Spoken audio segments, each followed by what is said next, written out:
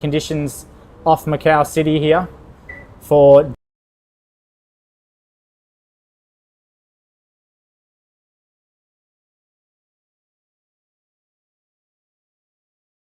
comes Perez here for the first intersection. It looks like it's going to be pretty tight.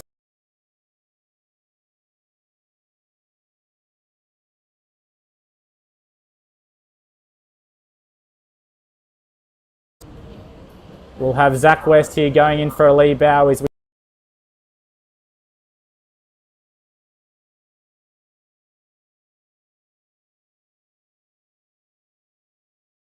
in Prendergast from the United States.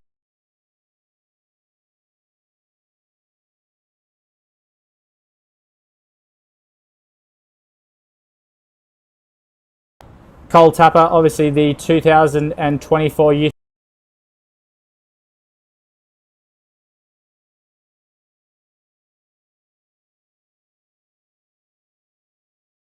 here for this week here in Macao.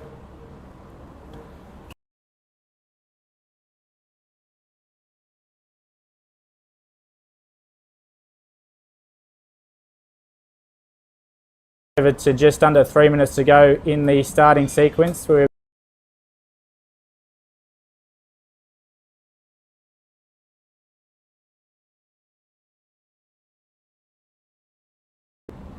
So Tapper here in quite a strong position.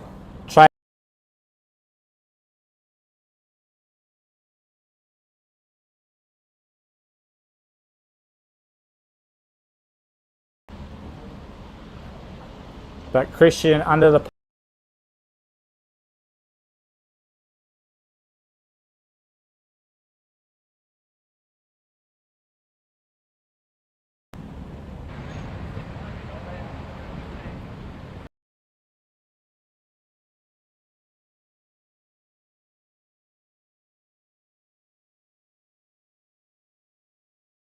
both boats will be looking very shortly to take that lead back time.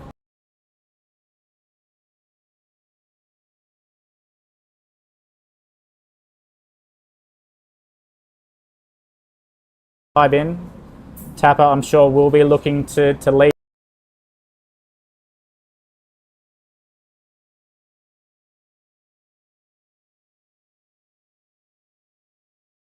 This start, Tapper got the early position correct here.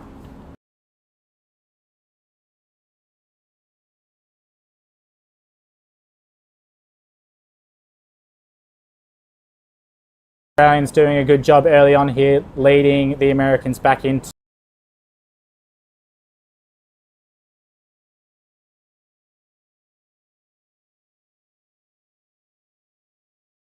So again here, fishtailing going on, both boats trying to work their way back towards the race committee. As we've got live shots now from on board the race committee boat. We've got 1 minute to go here. And a beautiful building easterly breeze here now, 6-7 knots. But Tapper again still doing a good job here of killing time back towards the starting line with just over 45 seconds to go.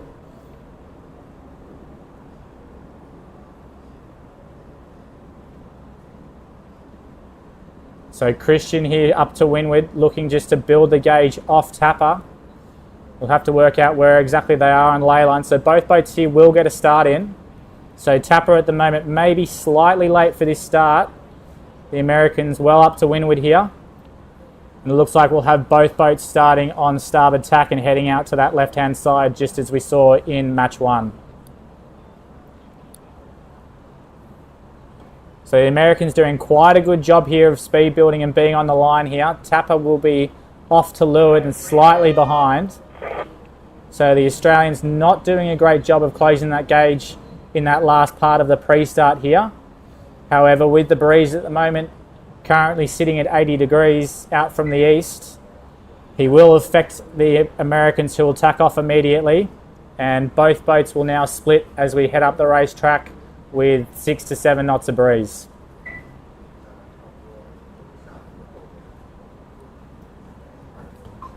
So one key factor of the racetrack here, there is a slight tide running across the course from the top to the bottom here.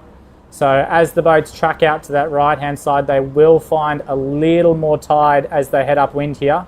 So here you can see with the over graphics, Tapper now just tacking back onto port out on that left hand side.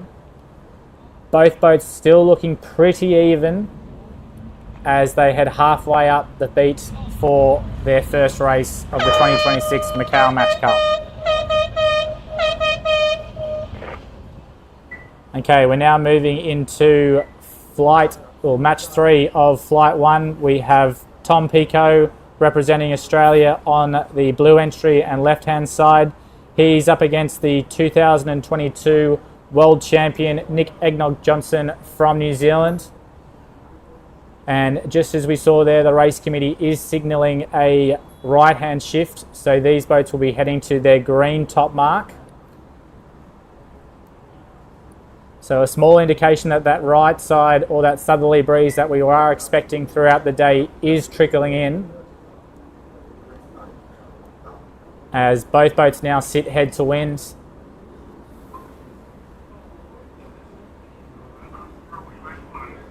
Nice flat water here in Macao. It is quite shallow, so the Far East 28 yachts that we do have here have a reduced keel, meaning that they do slip sideways a lot more than what they usually do.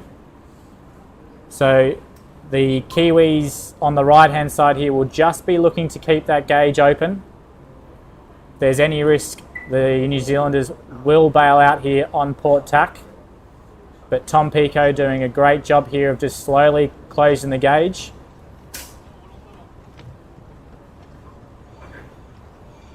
Okay, both boats now bailing out on port, and we'll see who gets the better speed build here.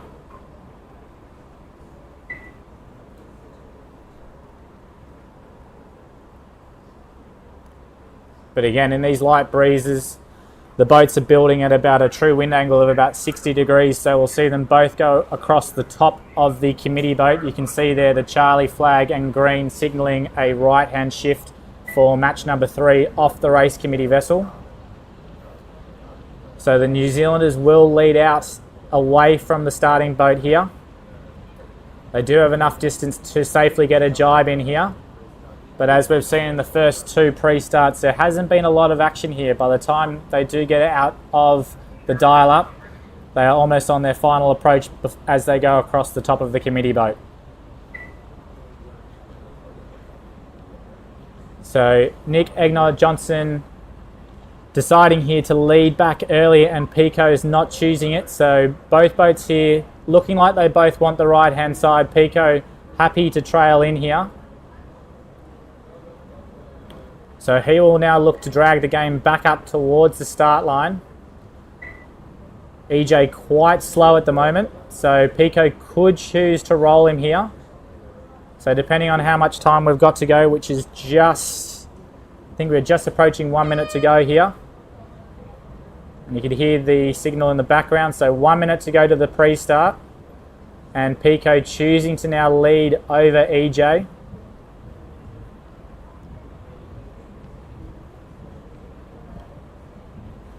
So the Australian team looking just to slow the Kiwis down on the final approach here. The race committee just coming in the background, so they're going to start halfway down the line here. They're actually quite thin on this lay line for the pin, so Pico very much early for the line at the moment with 30 seconds to go. EJ just up to windward. There is not a lot of gauge between the boats, so I'd expect EJ to be bailing out and starting on port tack here. Pico definitely will be off the pin with 15 seconds to go. And the New Zealanders now electing to go back to the committee boat end. So we'll have a split tack start for the final match in flight number 1. We've got Tom Pico just off left on starboard tack, whilst Nick Eggnog Johnson and the Kiwis get the early jump at the committee boat end, heading out to the right-hand side.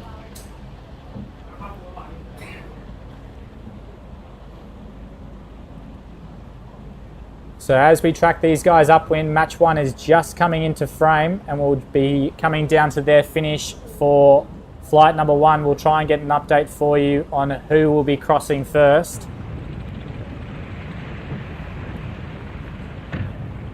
But at the moment here, bringing you live shots from both on board Tom Pico out on the left-hand side against Nick Egnott-Johnson from New Zealand.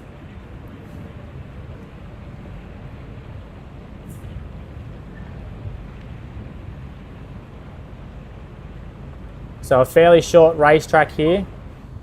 We can see match 1 finishing within about 10 minutes of their start, just over. So the race committee here still hoping that the breeze will build, but we've got about 6 knots at the moment from the east. The forecast is looking good for better breeze this afternoon as it tracks around to the right. And as we can see from the overlay graphic here, we've got Nick Egnott-Johnson live shots from on board his boat here now, approaching that starboard ley line. So the first intersection for match number 3 will be coming up. We did have a Charlie, a green at the start there. So a small right-hand shift at the top of the course for the race committee. That should favour Nick Egnott-Johnson here as the boats come back together. And you can see here match 2 just at the bottom graphic there at the bottom gate. So between Tapper and Prendergast, it's a very close racing here. Looks like someone almost did a penalty turn at the bottom.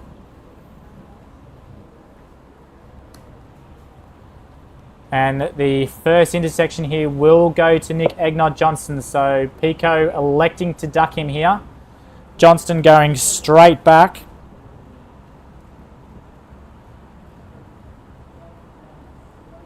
And a very close second intersection there. Both boats were altering the entire time. So we will see a Y flag here from Tom Pico, but the umpire's following him right behind you. Wouldn't be surprised if we see a green flag.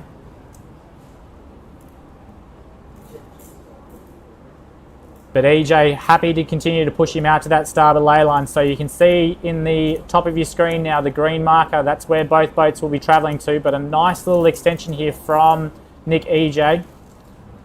From New Zealand, the Kiwis will lead the Australians into Mark 1 here.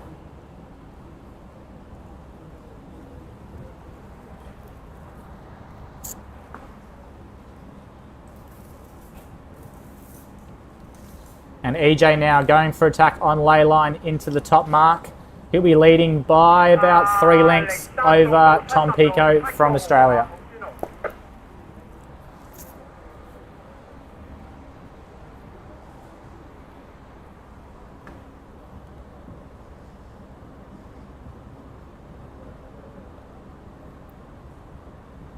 Okay, not the cleanest set by EJ at the moment. It is only race 1 of the regatta, so a lot of the crews might be scrappy today, but by the end of the week, the sets and crew handling should be top notch. But he'll be looking to speed build here as they exit the mark. They've got about a 12-second lead over Tom Pico at the moment from Australia.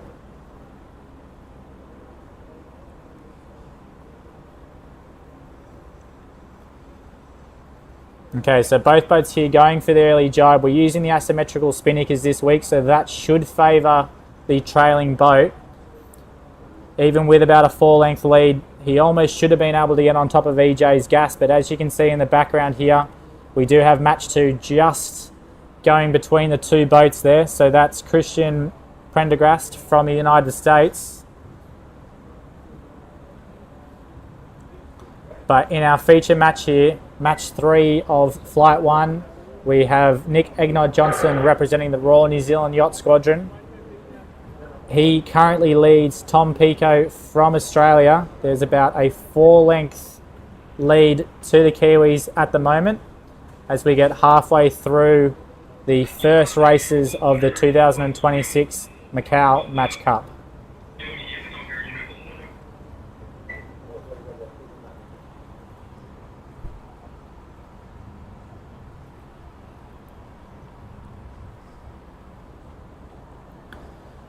So the Kiwis now approaching the gate hand marker, electing to do a left-hand turn and head up the left-hand side of the racetrack. So interesting call by the Kiwis there. Looks like both boats are actually both going to take this left-hand mark. So there must be a small bias to this left-hand turn. Currently seeing the breeze at 0.70, so it is slight lefties at the bottom. We were up to about 90 degrees when we got towards the top of the course. But the Kiwis here with a pretty comfortable lead over the Australians as they head back up to the green mark for leg number 3 of 4 in Flight 1 of the Macao Match Cup 2026.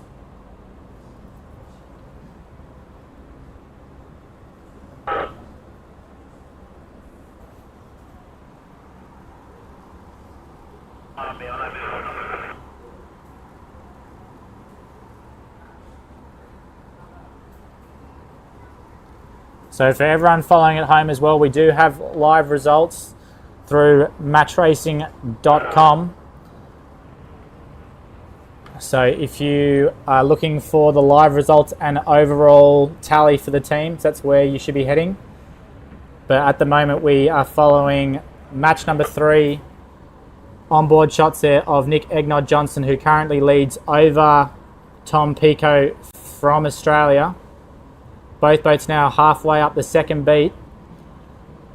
And it looks like the Kiwis will take out the early race against the Australians.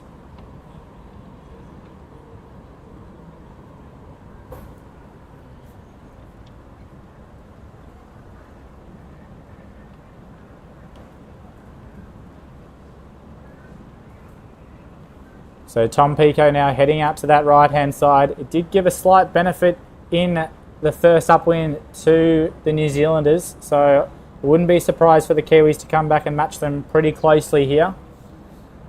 They're trailing by about 4 lengths at the moment, but it is still very light here.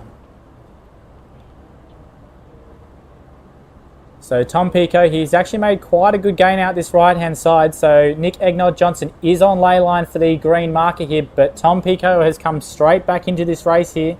Both boats will be overlapped as they head into the top mark. So the question will be, can EJ squeeze around the bow here? The rules are with Tom Pico, who has to tack at the mark. And Tom Pico will be able to get his bow in here, but he will be forced to tack. And we'd expect the game to be slowed up here. He'll be looking to try and get a small jump on EJ, but he is bearing away to go for a hoist. So the New Zealanders should be able to get straight on his gas and roll in here. But Tom Pico doing a very good job of getting back into this match after trailing at Mark 2 by about 15 seconds. You can see Tom looking over his left-hand shoulder on the Kiwis. Another bad set by them. They've got a terrible whiny in their spinnaker at the moment, so that will slow them down. And Tom Pico, after trailing for the first 2 opening legs, has now taken the lead as we head down to the finish line. And by my eye at the moment, Pico just generally sailing a little bit too slow and low at the moment. But he will be positioning himself for that first jibe. And Nick Egnod Johnson here now going for the attack. So he's jibing. He's matched by Tom Pico. So both boats now about halfway down the final leg of race number 1. The Australians, after trailing off the start line and around the first lap of the course, now find themselves with about a 4-length lead over the Kiwis. New Zealand not having a great set, which was able to give the advantage to Pico to sail away here. And you can see the team now quite far forward in the boat. We've still got 6 to 7 knots from the east here. But the Australians in full concentration as they head down in the final quarter of their final leg here. EJ going for a bit of an attack here. He is high on their hip. He shouldn't get onto their breeze. And as you can see, they're just sailing through the gate now. So less than 100 metres to go to the finish line. EJ is closing here. He has had a good final downwind leg, but I'm not sure it's going to be enough. So the early wins have gone to Piroz from France over Zach West in match number 1. Christian Prendergast beat Cole Tapper in match number 2, and Tom Pico has come from behind in match number 3 to take the win over Nick Egnott Johnson.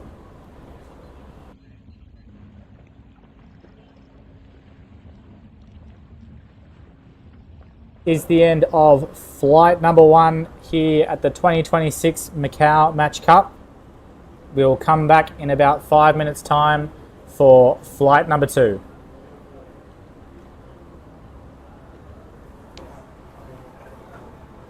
為推進澳門文化事業同文化產業向前發展，此前文化和旅遊部與澳門特別行政區簽署關於建設澳門故宮文化遺產保護傳承中心合作備忘錄，設立澳門故宮文化遺產保護傳承中心，為澳門嘅文物保護修復工作提供專業意見同技術支撐。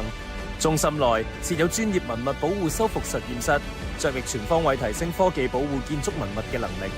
戮力培養本地修復人才，並展示國家喺建築文物保護領域嘅前沿技術同成果。澳門故宮文化遺產保護傳承中心嘅建設，將使澳門文物保護修復工作受益於故宮博物院強大嘅專業力量同技術支撐，成為多方合作同技術交流嘅新平台，助力澳門建立更為完善嘅建築遺產修復力量同體系，為澳門文化遺產保護工作書寫新篇章。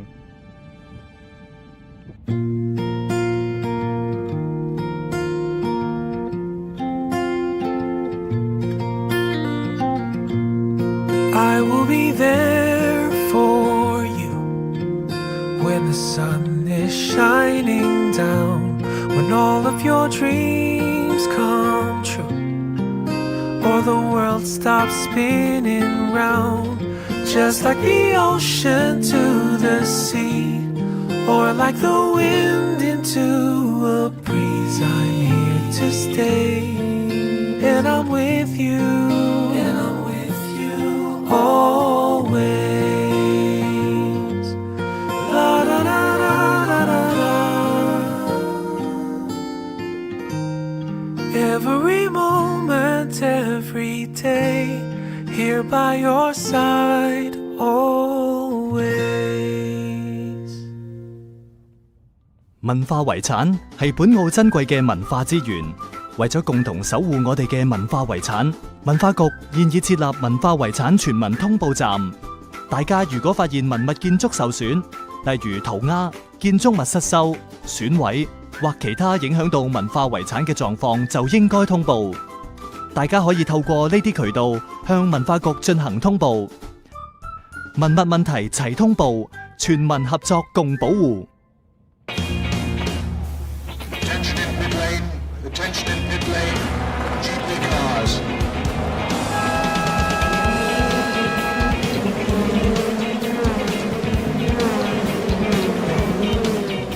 Macao Grand Prix Museum treasures every legendary moment on the Gia circuit.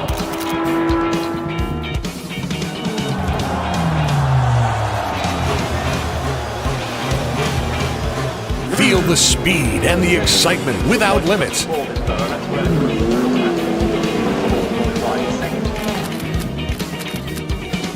Try interactive games suitable for the whole family.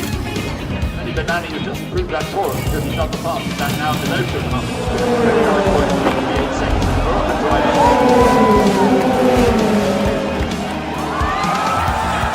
in the Immerse yourself in the Macao Grand Prix Museum.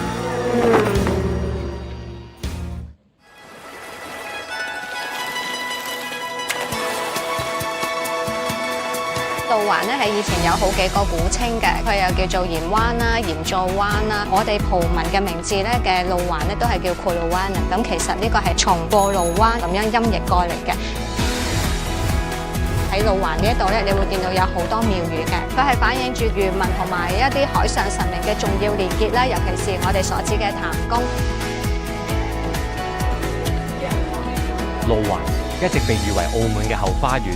依舊保存咗昔日漁村嘅風貌，而旅客咧亦都特意嚟到呢一度咧，享受呢度寫意悠閒嘅環境。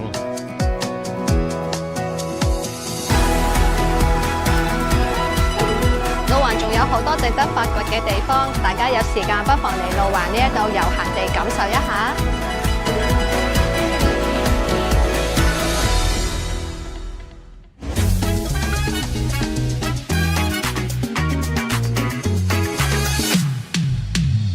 路環咧係澳門嘅後花園，山明水秀。除非你係好趕時間嘅，如果唔係，你真係坐低飲杯，感受下大自然嘅氣息，冇得彈嘅真係。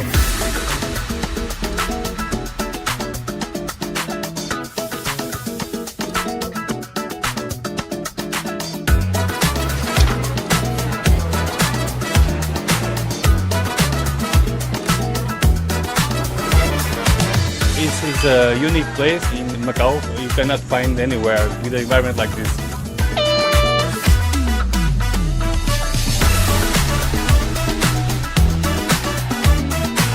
而家好多人咧都好中意放假過嚟路環，所以我哋鋪頭咧做啲新式啲嘅甜品，等你開心遊歷下路環。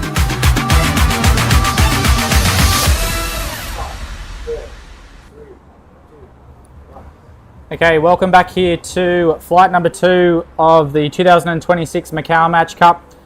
In match number 1, we have a Australian derby. We've got Zach West entering in from the port end against Cole Tapper, the number 1 seed here, entering from the yellow side.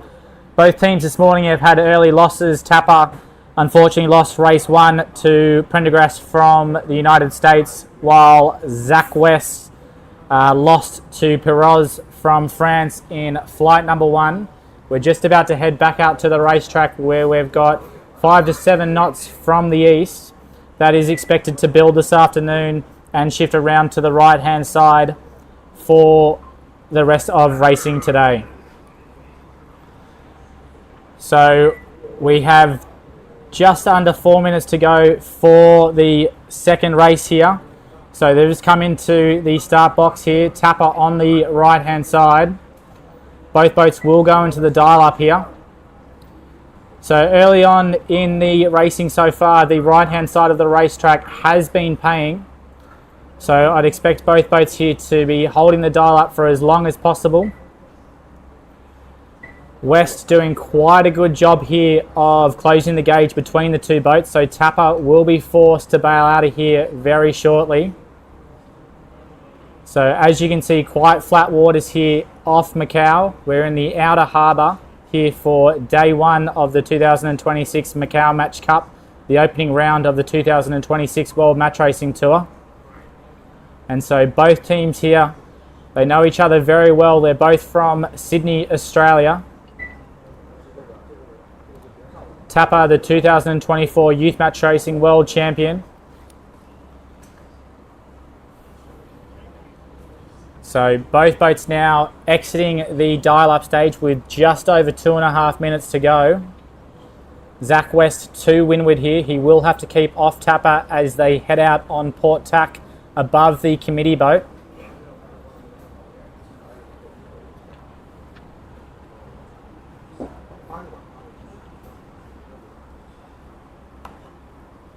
So West here got quite a lot on with only 2 minutes to go. He'll be looking to roll across the top of Tapper, but at the moment Tapper in the box position here. He will be able to block Zach West from returning to the start line. But you can see now in the light as West rolling Tapper. So 150 to go. West is going to continue to bear away on top of him here. Try to get the jibe in here. Not quite going to get that. But expect to see a Y flag here from Tapper. So very marginal from West early on in this pre-start. However, he will get out of this and be able to head back to the start line. So Tapper here just holding. Interesting to see what the call will be from the umpires. I can't see any flags at the moment. But a blue flag now showing for Zach West. So early penalty for Zach West from Australia here. He tried to get that jibe in but did not have the distance.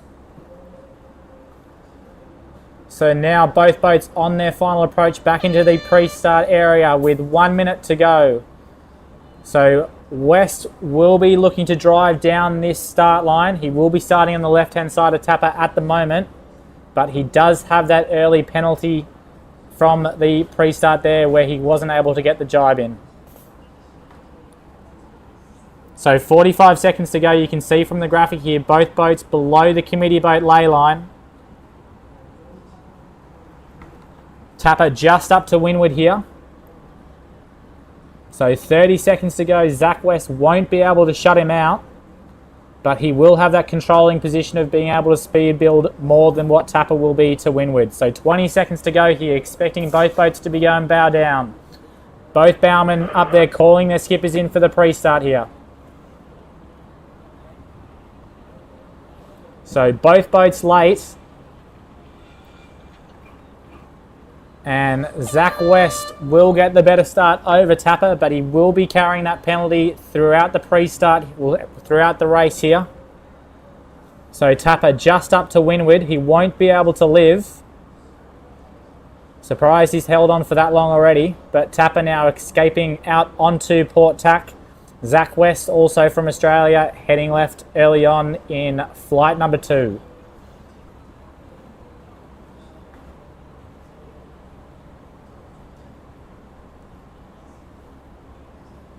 So as we leave match 1, match 2 here, we have Nick Egnod Johnson from New Zealand entering in from the left hand or blue end of the start line.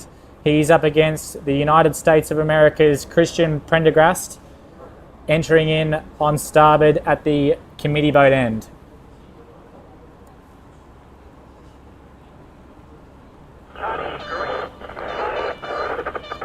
And for race number 2, both boats now entering, we can see a Charlie green flag. So both boats will be heading to the right-hand top mark. So the race committee signalling a small right-hand shift. At the moment, we're seeing the breeze anywhere between 70 and 90 degrees. So there is some quite big wind shifts out here at the moment. We've only got about 5 or 6 knots on the racetrack. That is expected to build throughout the afternoon and slowly trend right. So Prendergast here in the yellow boat against Nick Egnod Johnson, the 2022 world champion from New Zealand, in the blue boat.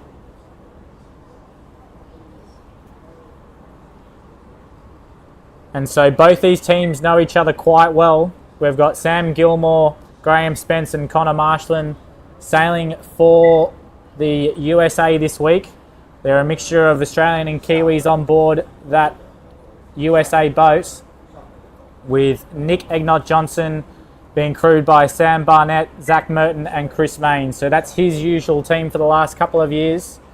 And you can see now the Americans bailing out of the dial-up.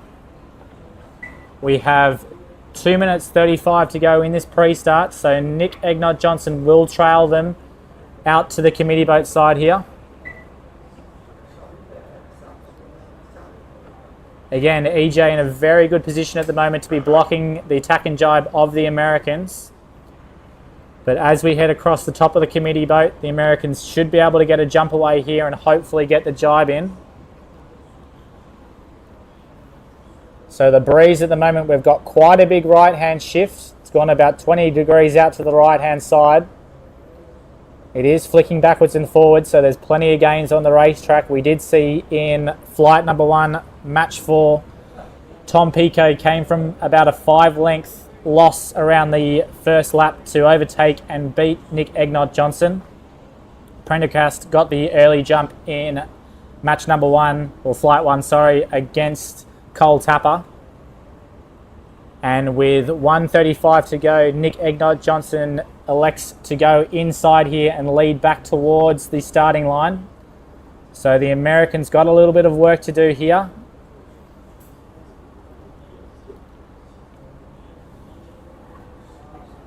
So well above the committee boat lay line here, the Americans in a little bit of trouble with only 1:15 to go.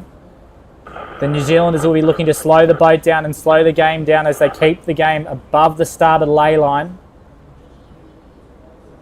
So at the moment here, Christian doesn't want to get locked to windward.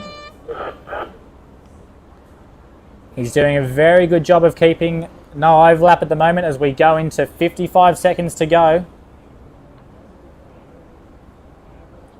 So the New Zealanders leading into the starting area. We're just below the committee boat lay line now. So both boats will get a start in. And the Kiwis judging that swing to perfection here at the moment. Not much the Americans can do.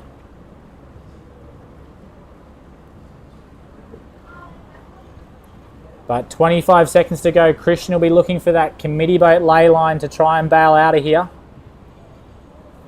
And we can see him going for the early tack. So both boats now on port. They both will get a start in here. EJ is going to have the upper hand off the starting line.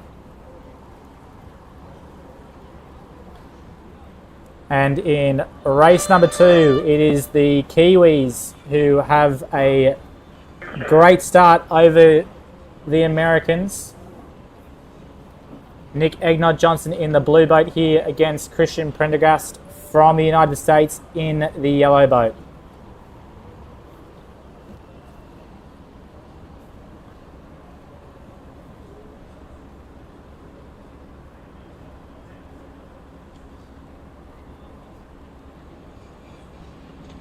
So Prendergast got no option here but to go back out, and he's dummy tacked EJ. The Kiwis have not fallen for it though. So that again will be a slight gain to the New Zealanders. But the Kiwis will be very mindful of the leverage that they allowed in in flight 1, which saw the Australians come from behind and beat them. We are now seeing match number 3 get into the starting box, and we have the two Frenchies up against one another, with Tom Pico entering in from the blue end and Piroz entering in from the yellow end.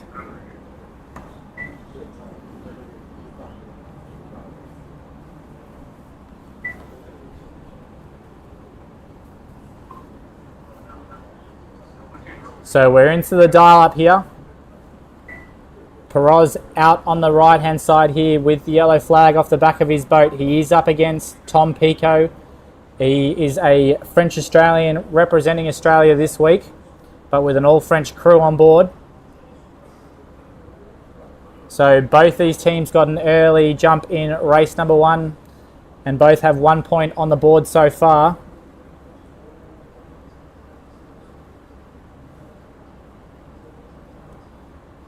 And at the moment, the gauge between the boats, I wouldn't be surprised for Pico here to try and get behind Piroz. And just as we say that, both boats bailing out onto port with just under 3 minutes to go for the start of race number 3.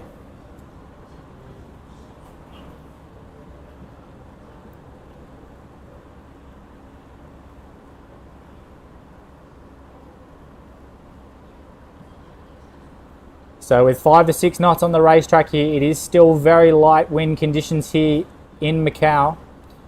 I'd expect both boats to be trying to lead in these light airs. We have seen a slight favour to the right-hand side upwind, but at the moment the breeze has tracked round to that left, the race committee going back to the default top mark in the middle. And Piroz here at the moment looking to see if he can get that jibe in. With only 2 minutes to go, we'd be expecting a bit of action in the next 15 seconds or so. Pico in a very good position here to control him away from the starting box. And Piroz flicking the jibe in there. So Pico electing to go past him here with only 1:45 to go. We are well above the committee boat end. Quite surprised to see Pico go past him here. And as both boats turn back upwind here, we're about 3 lengths above the committee boat lay line with only 1 minute 30 to go. So Pico will drive in fast here to try and push Piroz down the start line.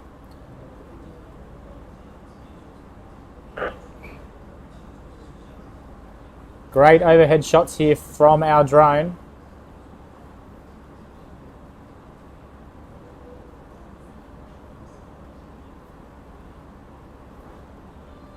Okay, we're only 1 minute to go now, so Pico will be looking for that starboard lay line into the committee boat. He'll need to push Peroz a little bit further down this starting line to have any chance of a good start. Peroz doing a very good job of keeping the distance between the boats to a minimum. And with 40 seconds to go, Peroz in the controlling position at the moment. So both boats will get a start in here. You can see we're just below the committee boat, laying about halfway down the line. So Pico will be building up here, looking to tack off onto port, and I expect we'll see a split tack start.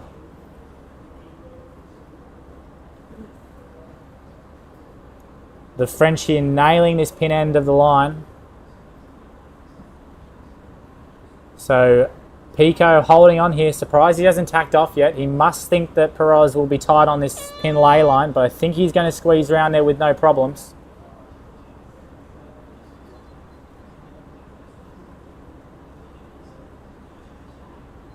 And Peroz absolutely nailing that lay line. He will be slow though.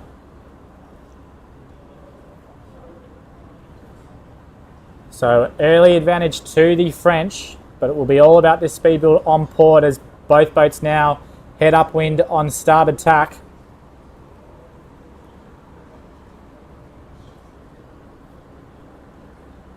Pico doing a very good job out of that tack to get his boat up to speed.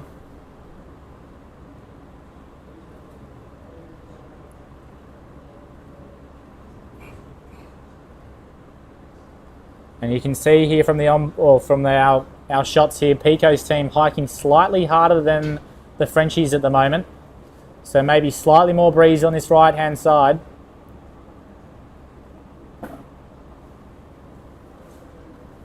And we can see with that graphic there, that left hand gate marker just slightly upwind. So Tom Pico from Australia doing a very good job here down to leeward. He's closing this gauge up to the French as we head out to this right hand side, and the French now being affected too much and will have to bail out.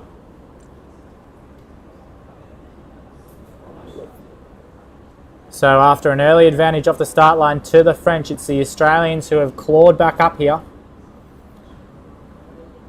And we see our first split in race number 3 of Flight 2 here at the 2026 Macao Match Cup.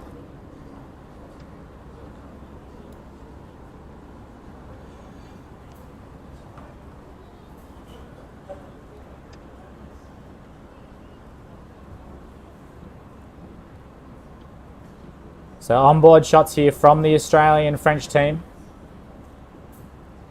Tom Pico representing Australia, but he's got his French crewman on board.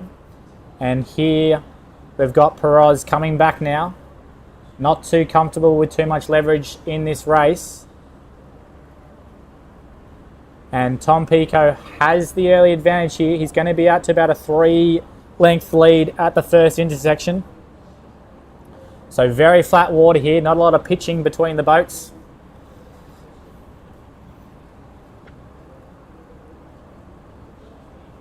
But the first intersection does go to Tom Pico here. And both boats will split away as we head up to Mark 1 in their first leg of race number 3, Flight 2. So great graphics here that we can see Tom Pico now out to that right hand side. He's probably only got one more tack out to that lay line. You can see just coming into the top of the screen the yellow marker. That is where match 3 is going to.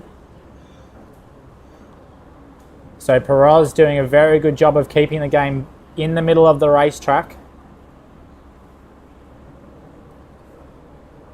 And Peroz coming straight back here. So the top right still favouring both boats. Interesting to see now Tom Pico's got a very hard decision to make. Does he go through to the lay line and have a faster set and maybe give away that right hand advantage? Or does he go back out? And he's decided to go through here. So this small split in race in Flight 1 against the Kiwis opened the game for Pico to get back into it. I think this time he's going to get away with it. So Perez here coming in on the starboard lay line.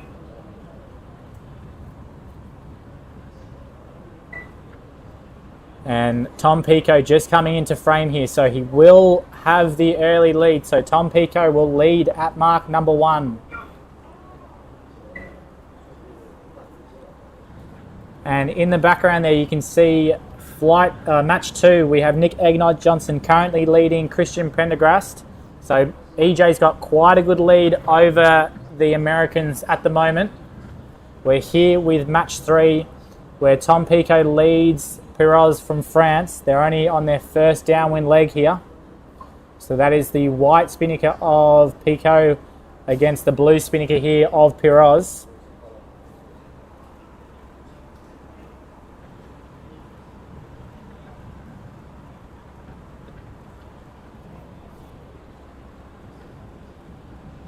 And as we just mentioned in match number 2, Nick Egnott-Johnson has a sizable lead at the moment over Christian Prendergast from the United States. So a very close match 3 here. The Australians out with the lead. Pico goes for the jibe, Perez matching him here. So it'll be who can out-jibe each other. Perez will be looking to try and get on Pico's gas as they head downwind into the gate.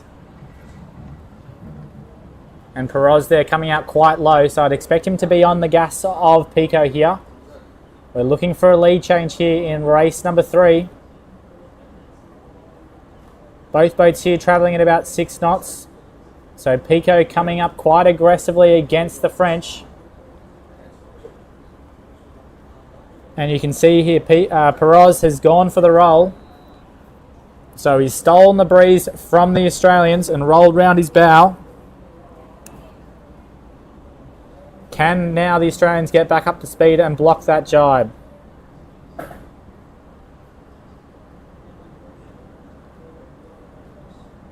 So still very light winds here. We've got 6-7 knots on the racetrack.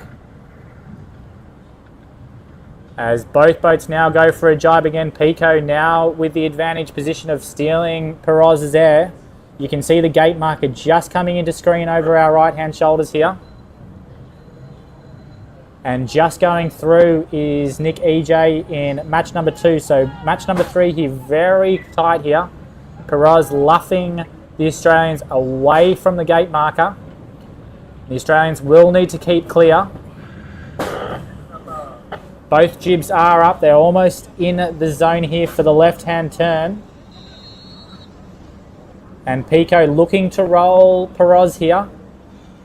So we've gone outside the gate marker. Both boats will need to jibe back in there. And Pico's done a lovely job of getting that spinnaker down. He's kept the overlap here. And he'll force Perez back up head to wind. Potentially even trying to tack him out away from this mark. It's a green flag from the umpires. So it's been a very spicy downwind leg, even though we've only got 6 knots here for match 3. And we've got that left-hand turn just coming into frame, so Pico should jibe out and around it. Be interesting to see if Perez follows, so he does. So Tom Pico, after leading at mark number 1, he had a slight loss on the downwinds, but has regained his lead coming into the gate. Perez now luffing Pico around the bottom mark. And another green flag from the umpires.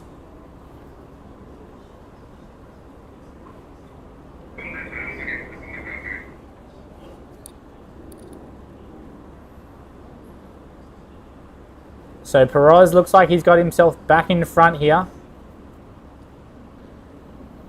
He's heading out on port tack to that favoured right-hand side.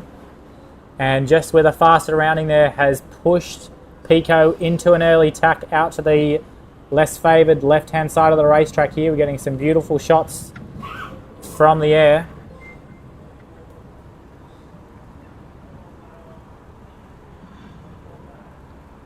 And we're just getting the results in from matches 1 and 2 of Flight 2, and we've seen Zach West take the race win over Cole Tapper. So that puts West on the board with 1 win.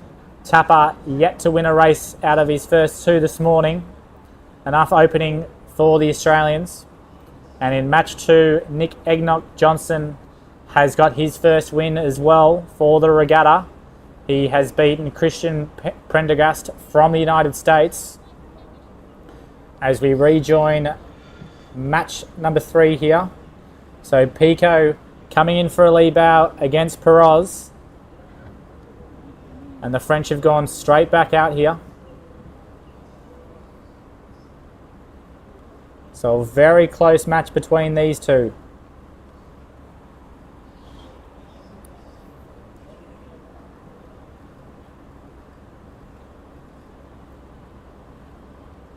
And we see a small split in the racetrack at the moment. So very light winds here in Macao at the moment out of the east. That is expected to build throughout the day and slowly shift around to the south. But at the moment we've got an easterly here, racing on the outer harbour here in Macao. And it is Tom Pico on the left-hand side, just tacking onto port tack. And we've got Perez from France now tacking onto starboard, both teams making their way to the final top mark in their race. And it looks like Pico may have taken a small advantage out of this left-hand side, so very light on the racetrack here. They are heading to that yellow marker there. It will be a right-hand turn for both boats as they head downwind for the final time. And Tom Pico, who has led at all the turning marks so far,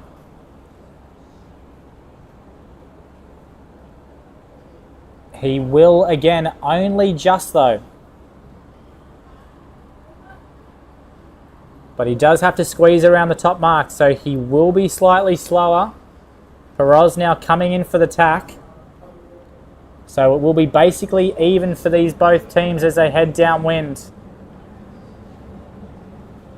Small bit of tide pushing both boats into the mark and downwind here. Okay, good set from both boats here. Slightly better from the French. Tom Pico doing a pretty good job of getting himself down below Perez's line. That was his mistake in the first downwind leg. Perez looking just to get his boat straight back up to speed here, and I expect both boats will be jibing at the same time. Perez will be in the advantage position there trying to get on his gas. So only a length between these two teams. And Pico is sailing deliberately low here, so he's putting himself in position for a good jibe out here and staying on his gas. The problem will be his boat speed. So Perez electing to go for that early jibe. It's not the cleanest of jibes so far on the French team.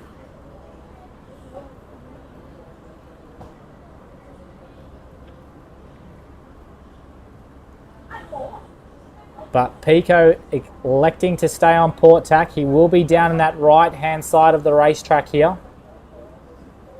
As he just goes for a jibe now, the French will continue on slightly here. So 5 to 6 knots of the racetrack here. Both teams will be looking to minimise the manoeuvres they are doing. You can see down the bottom here in our graphics, they've got about 5 knots of boat speed.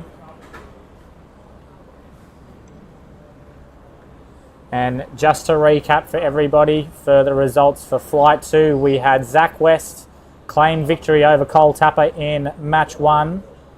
And in Match 2, we had the Kiwis of Nick Johnson take out the win over Christian Prendergast from the United States. Here in Match 3, it looks like we could have a small upset here again. Tom Pico has led for the entire race, but Perez here doing a very good job on the downwinds. So we've only got about 100 metres left to the finish line. Perez here will be slightly underlaid into the finish line. He's looking to go deeper. So Pico happy to sail a little bit bow up and faster into the finish line here. The question will be, can Perez lay? So Pico at the moment laying through to the finish line. Perez going for a final jibe. Pico looks like come back with all the action from day one of the 2020. Come back with all the action from day one of the 2026 Macao Match Cup in a short time.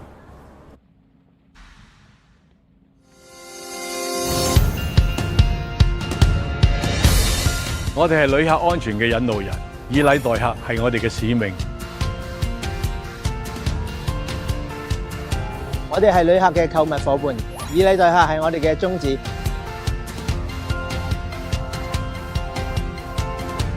我哋係旅客嘅美食導覽員，以禮待客係我哋堅定嘅信念。我哋係旅客嘅策劃者，以禮待客係我哋嘅核心價值。我哋係旅客遊澳門途中嘅家，以禮待客係我哋嘅承諾。我哋用心多一啲，旅客嘅旅程就更圓滿一啲。旅遊大使，你我都是。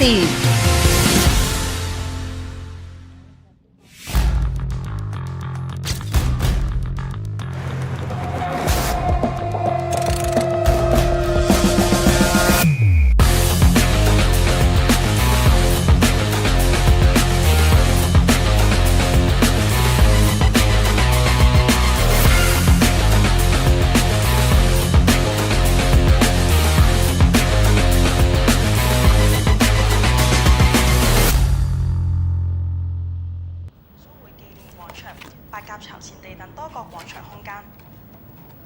我哋嚟睇下下一則新聞。喺北京時間7月15日下午4時10分，正在南非舉行嘅第29屆世遺大會宣布，澳門歷史建築群被列入世界遺產名錄，成為我國第31處世界遺產，並重新命名為澳門歷史城區。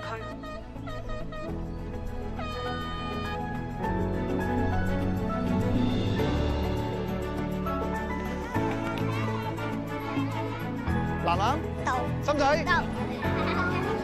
皇宮圖書館係集合咗歷史、聖奧斯定堂係一座位於澳門崗頂前嘅。鄭家大屋啦係近代中國著名思想家鄭觀嘅故居啦。咁後來鄭家下人四散，但係建築物啦被完整咁保留。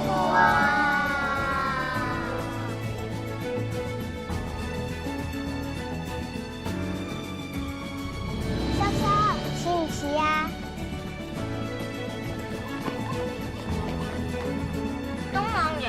塔係澳門歷史城區嘅一部分。澳門歷史城區於2005年。我哋走啦。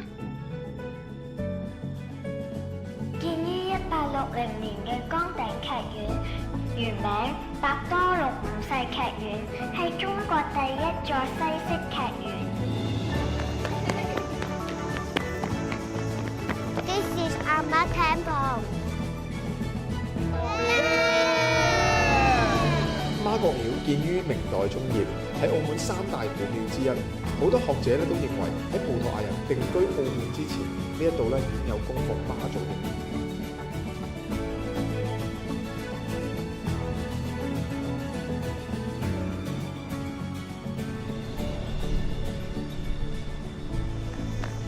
我哋一齊做呢個啦。好啊。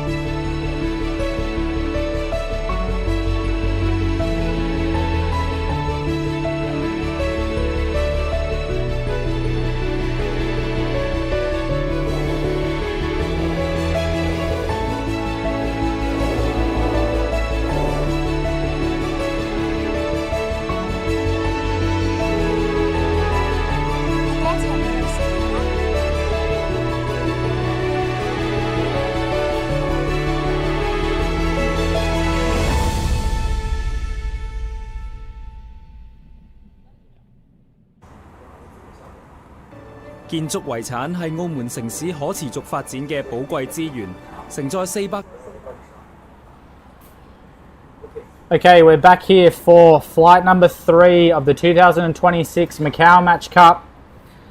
We've got 5 or 6 knots on the racetrack from the east. And heading into the start box for match number 1, we have Christian Prendergast from the United States entering in from the port end, and he's up against Zach West from Australia entering in from the committee boat side of the starting line.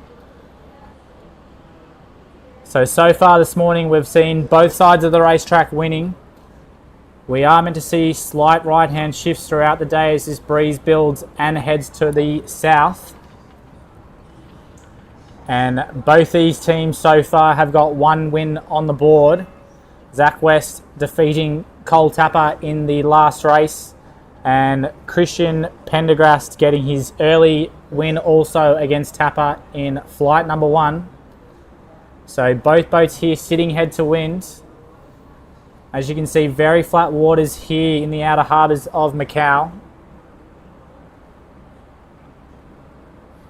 So Prendergast will try and get behind West here.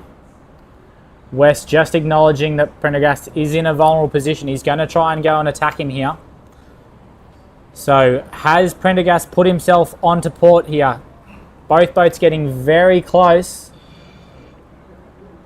West displays the yellow flag, so the umpires here will have to answer.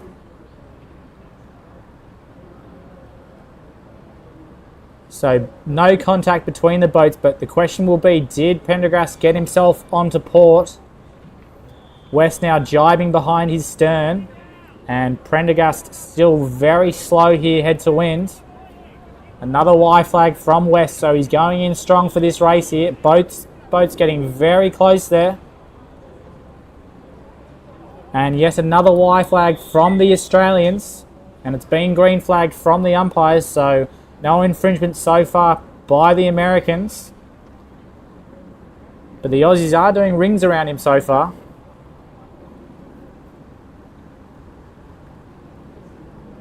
And West now jibing across his bow, 150 to go, so both boats still in the middle of the start line here. So Prendergast has got a lot to do.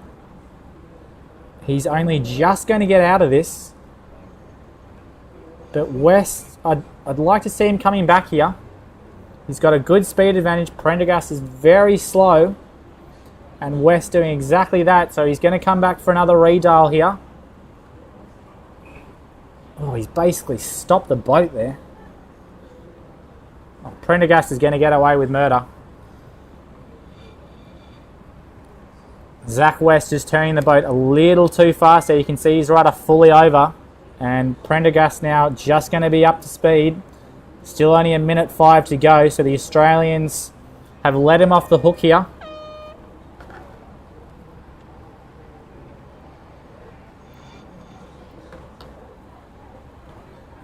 And with 55 seconds to go, Prendergast does get his jibe in. Zach West going up to windward here. So we are just above the committee boat ley line. So West now with a bit to do. 40 seconds to go. The Americans now in the box seat. Both boats will get a start in here. So Zach West, after controlling a lot of the pre-start, he just wiped off too much speed in that last engagement. But he's pushing the Americans down this start line as much as he can. I'd expect a split tack start from the Australians. And the bowman on Zach West's boat just saying to slow down slightly here. Again, interesting tactic for him to say that he's going to stay up to windward. He won't live there for long. And West early onto port and out of there as the Americans build on starboard out to that left-hand side.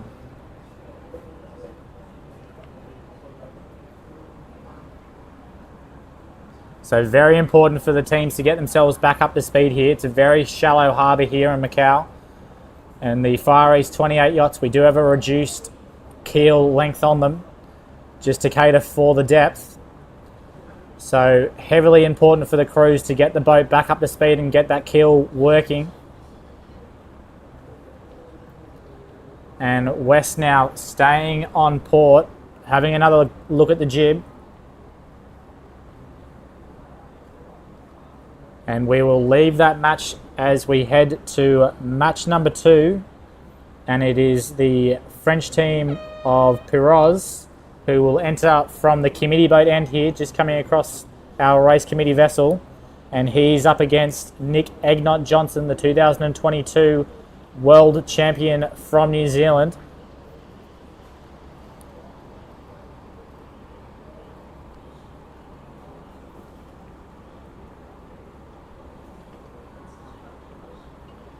So both these teams at the moment, Piroz has 2 wins at the moment.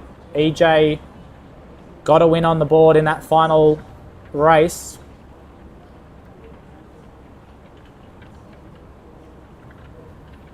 But both boats now in the dial-up. Pretty good gauge between the boats here at the moment, so real no pressure from EJ, but Piroz here getting the boat onto port, so I expect to see him bail out here shortly. He will look to try and take that speed advantage as the Kiwis back their main to get out of there, so we're out of the dial-up stage. Both boats now on port tack.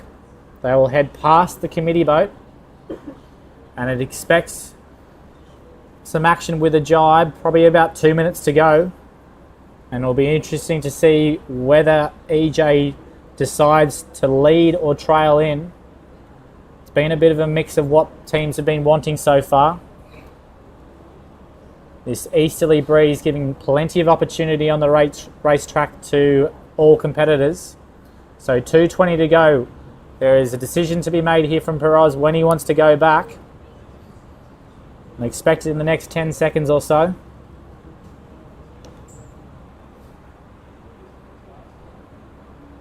And EJ just looking behind him here. So he looks like he's happy to go inside him. Oh, he's going to go actually on the other side. So Piroz will lead into the starting area. So the Kiwis wanting this right-hand side early on. Piroz will be keeping an eye on that committee boat ley line, trying to keep the game above it. A lot of gauge between the boats here at the moment, so for the New Zealanders, they will need to push them down the start line if that race committee ley line is advantaging the French. And with 1:20 to go, it's still the Kiwis fighting for this right-hand side. You can see EJ here bringing his bow really down. He doesn't want to get the boats close whatsoever. So that's a key indication that he wants this right-hand end. And with 1 minute to go, so both boats by my eye are inside the ley line now. So Piroz, his only concern will be the pin.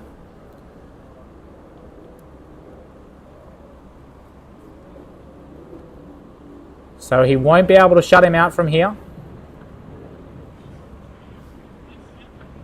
But EJ and the Kiwis still really wanting this right-hand end of the start line. 30 seconds to go, so Piroz will control the speed build.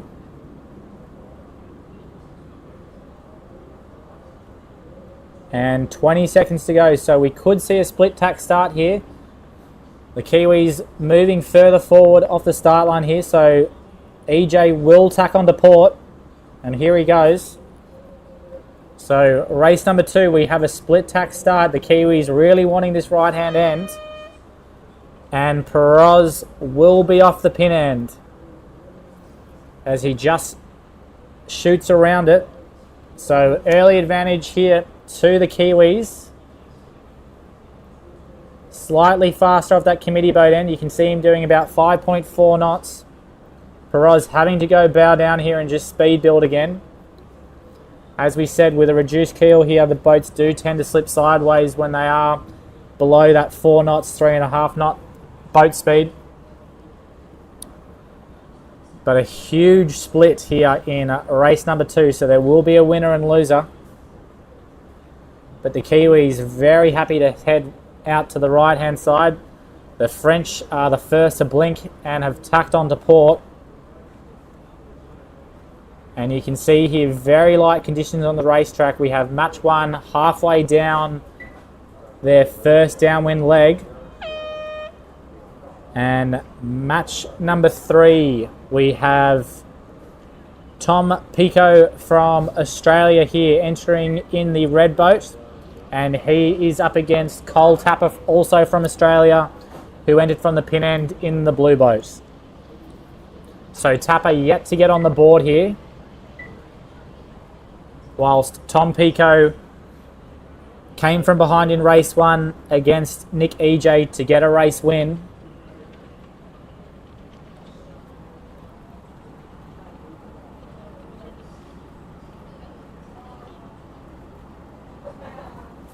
So both boats now head to win. Tom Pico in the red boat here against Cole Tapper in the blue boat.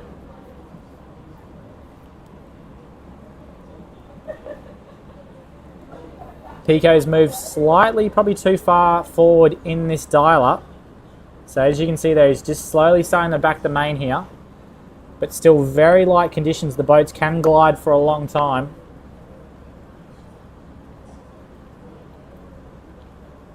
And Pico now back in the main still. He doesn't want Tapper to be able to get behind him. But Tapper has managed to get onto port here.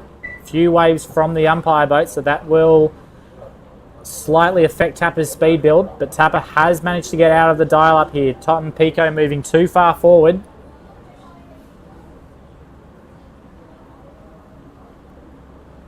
And Tapper now speed building on port across the top of the committee boat. Tom Pico still very slow here. Be interesting to see if Tapper comes back at him. I would say in these light airs he'll be looking for placement rather than penalty. But Tom Pico trying to build across the top of the committee boat. 1:55 to go here. Tapper jibes round. So Tom Pico is going to look to tack in front of Tapper. Race committee vessel will be a bit of a pick for both boats to choose where they want to go. And again, Tapper happy to get him head to wind and slow here. 1:35.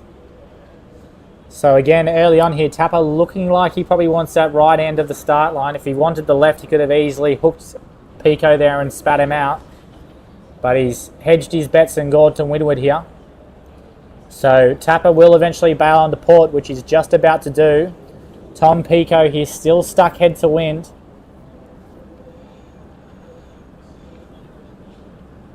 And now the decision will be from Tapper when to jibe back towards the committee boat. 1 minute to go. You can see both boats well above the committee boat here. So Pico is going to go beyond Tapper. Tapper's going to get very slow here though. Okay, he's going dead downwind to make it back to the committee boat end. Pico's gone slightly past his line. So Tapper has to do a good job here of just keeping the boat moving. You can see Pico coming in here slightly faster. Y flag from Pico. I think he's not asking any question we don't know what the answer to. And it's a green flag from the umpires. And 25 seconds to go. So Tapper will have the early advantage here. He's got to get his time on distance right though.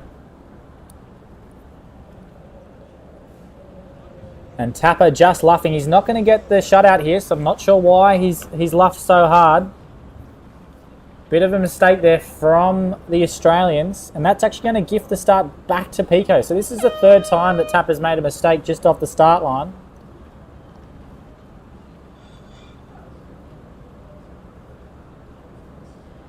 He has forced Tom Pico to tack out here. But I would almost say an early advantage to Tom Pico. He was a bit on the ropes early on in that pre-start box, but he's just got his time on distance correct here. And again, you can see he's gone into that high mode already down on that right-hand edge. So for live update results, you can also head to the World Match Racing Tour site, wmrt.com/live results. You can follow the racing live here from our broadcast as well. As we head upwind here, we have Flight 3, Match 3. It's an Aussie duel. Tom Pico down to leeward. Cole Tapper up to windward here. Tapper yet to get on the board. And the first intersection here, both boats will come together. Whoa, and Tapper's gone very close here. So Tom Pico's got his bow down. He's going to hook him. And Tapper is forced to go out. So having got that right-hand side, Pico really wants the left. He's made Tapper slow with 2 down-speed tacks. Very surprised that Tapper allowed himself to get that close in that intersection.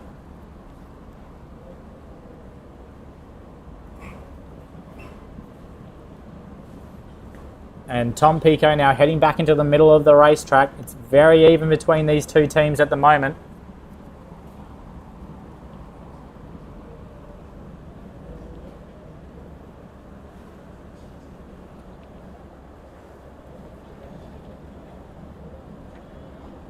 And Tom Pico now going for another tack out here. So you can see just in the background, that's match 2 coming back upwind. It looks like it's EJ out on this left-hand side. And it's Zach West who currently leads Prendergast in match number 1. Prendergast coming down with the white Spinnaker yellow boat here. And it is EJ who leads Peroz in in match number 2 as well.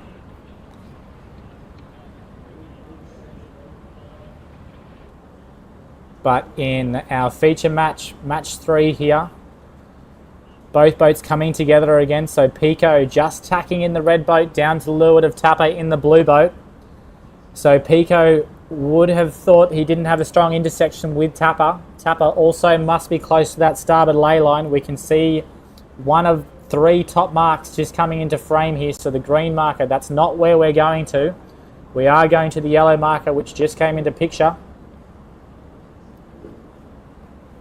And it is Tapper who is going to get a slight advantage out of this right-hand side again.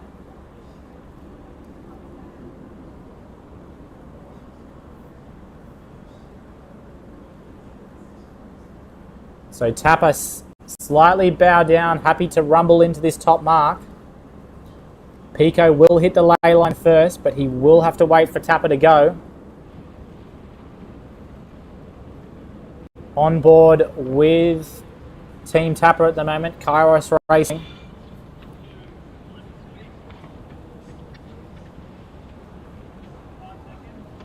As the young team from the Cruising Yacht Club of Australia comes in around leading their match. They're yet to get on the board here in Macao, but it is only day 1. It's been a good set from the Aussies. Hamish Vass, Jack Fruin, Max Brennan doing a good job of the crew work there. Tidy set versus Tom Pico. But again, in these light breeze, we've only got knots. The big advantage on the downwind is to the trailing boat here. There's only probably 3 lengths between them. And Pico will look to try and jibe and get on his gas.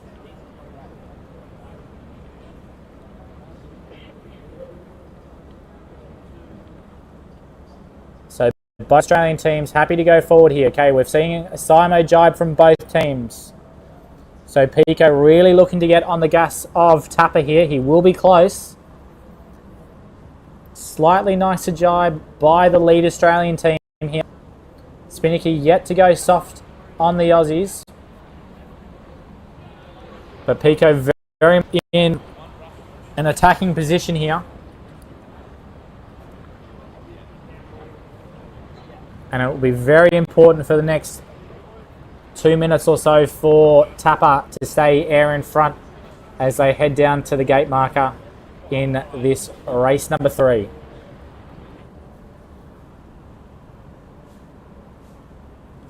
So Tapper here doing a very good job. You can see there is still tide here, so the boats are being pushed from left to right here. So that actually favours Tapper here slightly. Pico going for the jibe. Tapper happy to match him into the gate marker. So they are the black markers straight in front of them here. Both boats just laying this left turn. It's going to be a push for Tapper. He's going to try and make it.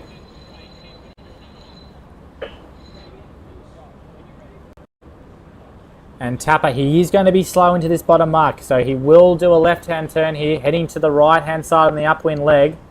Pico not laying, so there will be another jibe for his team. Tapper now bringing the spinnaker down. So another split in this racetrack. Tapper holding on to the advantage he held at the top mark. And it is Kairos Racing heading out to the right-hand side. Tom Pico and his French-Australian team heading left. Very light winds here at the moment, down to 5 knots.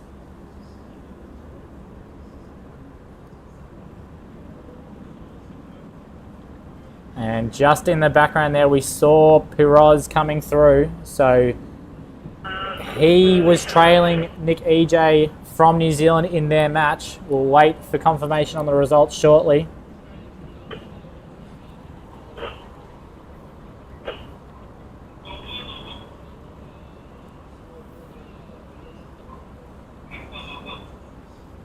But a huge split here in race number 3.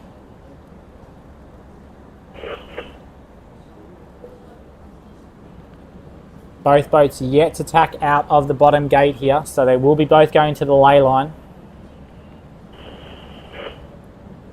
And pretty even speeds here, so slightly faster boat speed over ground for Pico, but his VMG to the mark not as good as what Tapper's just was. And Tapper now going for attack, so both boats hitting the lay line almost at the same time here.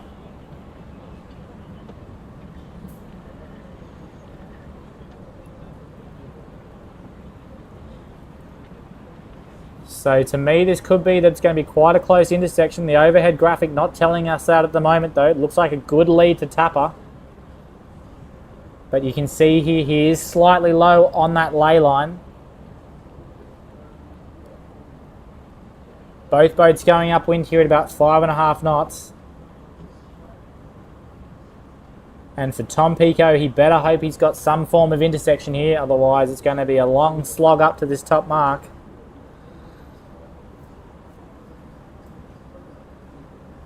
But Cole Tapper looking like he might get his first win on the board here, as he just moves over the rum line in the middle of the racetrack.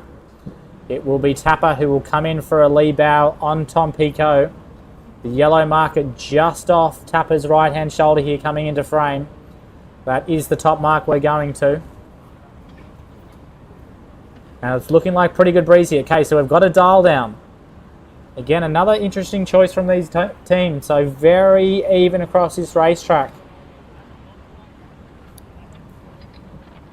And Tapper then not confident in what his lee bow was. He did get overlapped up the first beat against Pico. So he's chosen to do the dial down. It has worked for him. And Tapper now will take the lead into the top mark. So an aggressive move there by Cole Tapper that will give him a 3-length lead into this top mark. Comfortable lay line for both teams. We'll see the set now.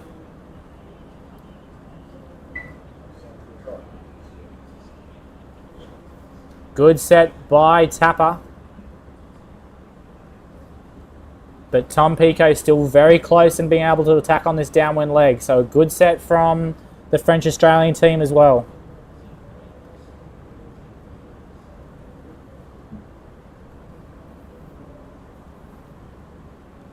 Great shots here as we look back at the Macao city skyline. So Tom Pico going for the early jibe here. Quite surprised for him to go out when he's that close. So he obviously expects there to be better breeze on that left-hand side. He did make a small gain up this side on the upwind leg. Tapper happy to extend here and go air behind. So Tom Pico has forced a split here. Surprising that the trailing boat has elected to go out early. He would have been close to getting on the gas of the leading boat there through a jibe. But Tom Pico is banking on the fact that there is better breeze on this left-hand side.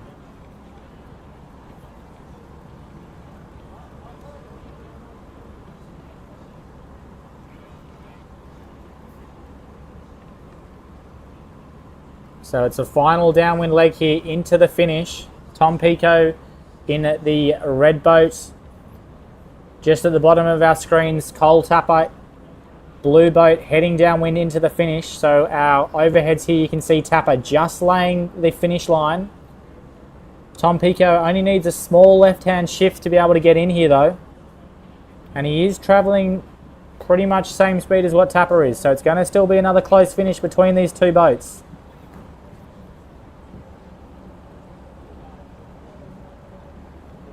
Can Pico lay the finish line? That will be the question here. Doesn't look like he's going to from here, so Tapper should get his first win on the board. As Tapper just goes through the middle of the finish line, so he will lay through.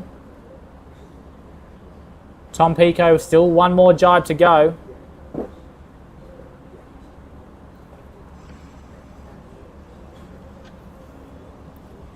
Final jibe here from Tom Pico. And it is Tapper who is going to take his first win of the regatta. Finally getting on the board after the first 3 matches. And it's still a very close finish.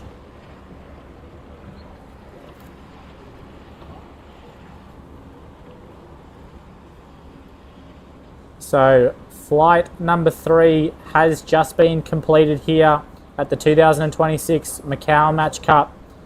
Match 3, our feature match, has seen Cole Tapper from the Cruising Yacht Club of Australia get his first win on the board against fellow Australian Tom Pico.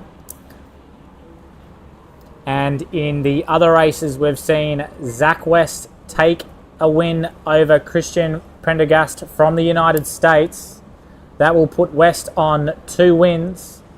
And in match number 2, where we thought Nick Egnott Johnson had quite a good lead, Perez took him beyond the finish line and was able to overtake him. So Perez gets the win over Nick Egnott Johnson. And after the first 3 races, we've got Perez here on 3 wins, Zach West on 2 wins, Nick Egnott Johnson and Tom Pico and Cole Tapper all on 1 win. So we'll be having a slight break here as we now shift the other teams into the boats.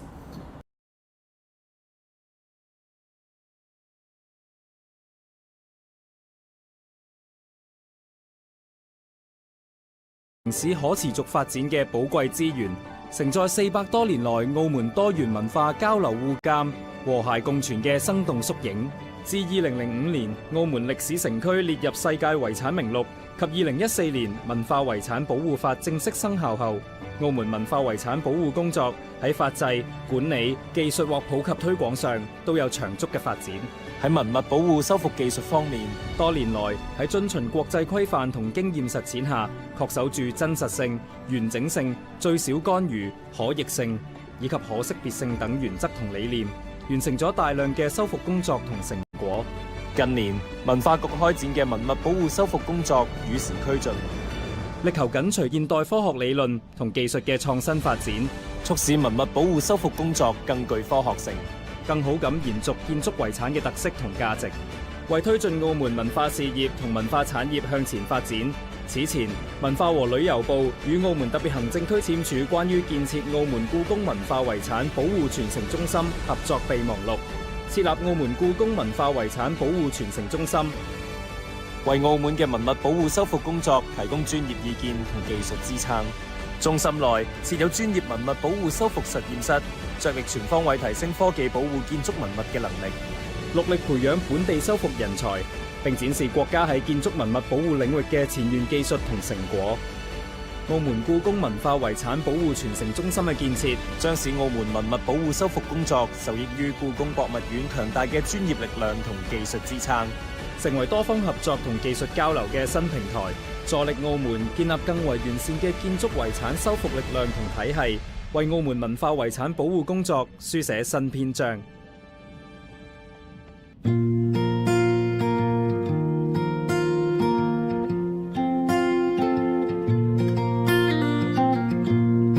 I will be there for you when the sun is shining down, when all of your dreams come true, or the world stops spinning round, just like the ocean to the sea, or like the wind into a breeze. I'm here to stay, and I'm with you,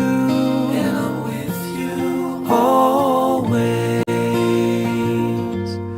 La da da da da da da. Every moment, every day, here by your side, always. 文化遺產係本澳珍貴嘅文化資源，為咗共同守護我哋嘅文化遺產，文化局現已設立文化遺產全民通報站。大家如果發現文物建築受損，例如塗鴉、建築物失修、損毀或其他影響到文化遺產嘅狀況，就應該通報。大家可以透過呢啲渠道向文化局進行通報。文物問題齊通報，全民合作共保護。Attention in pit lane, GP cars.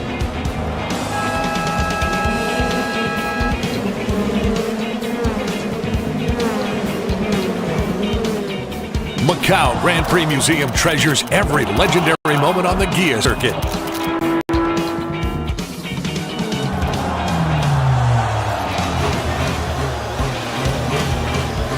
Feel the speed and the excitement without limits.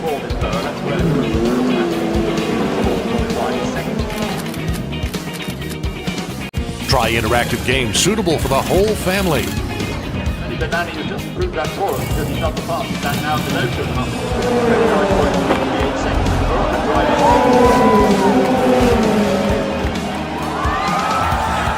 2.5. Immerse yourself in the Macao Grand Prix Museum.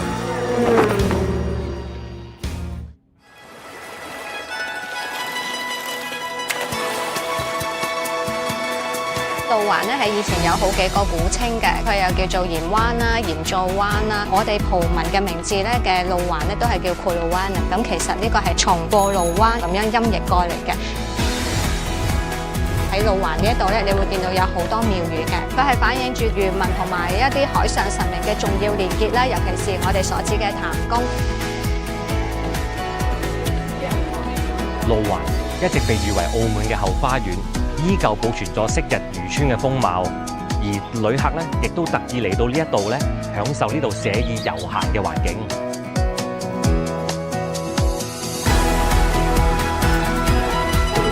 路環仲有好多值得發掘嘅地方，大家有時間不妨嚟路環呢一度悠閒地感受一下。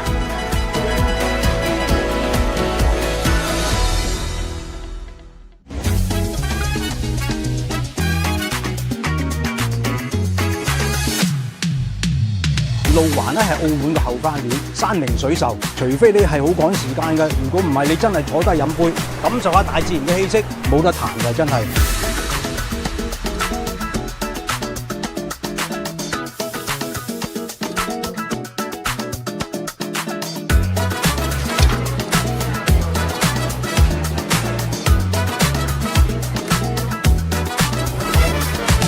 This is a unique place in Macau. You cannot find anywhere with an environment like this.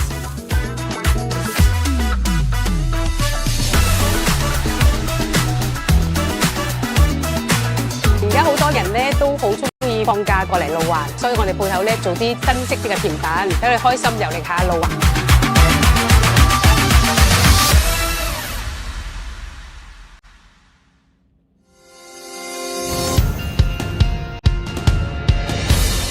我哋係旅客安全嘅引路人，以禮待客係我哋嘅使命。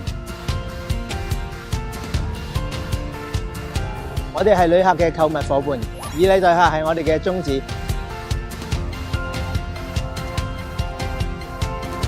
我哋係旅客嘅美食導覽員，以禮待客係我哋堅定嘅信念。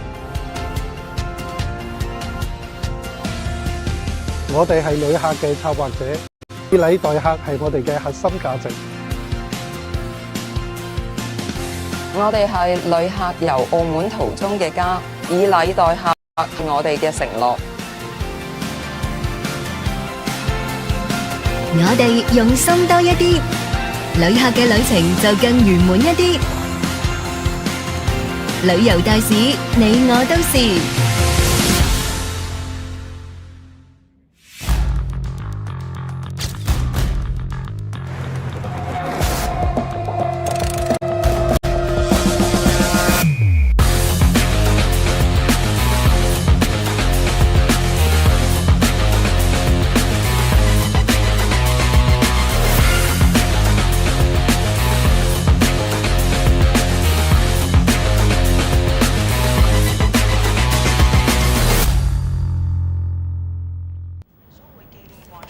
白鴿巢前地等多個廣場空間。我哋嚟睇下下一則新聞。喺北京時間7月15日下午4時10分，正在南非舉行嘅第29屆世遺大會宣布，澳門歷史建築群被列入世界遺產名錄，成為我國第31處世界遺產，並重新命名為澳門歷史城區。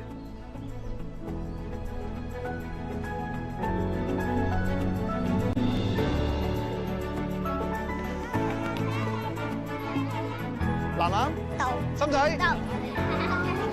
河東圖書館係集合咗歷史、聖奧斯定堂係一座位於澳門崗頂前嘅。鄭家大屋啦係近代中國著名詩人鄭觀嘅故居啦。咁後來鄭家下人四散，但係建築物咧被完整咁保留。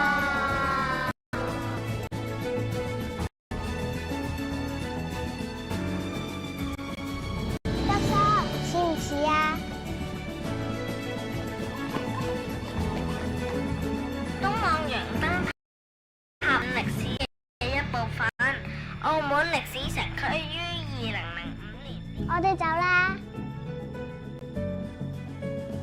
建於1860年嘅崗頂劇院，原名百多祿5世劇院，係中國第一座西式劇院。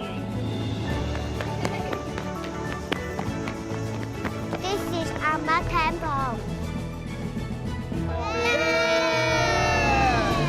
媽閣廟建於明代中葉，喺澳門三大古廟之一。好多學者都認為喺葡萄牙人定居澳門之前，呢一度已有供奉媽祖嘅廟。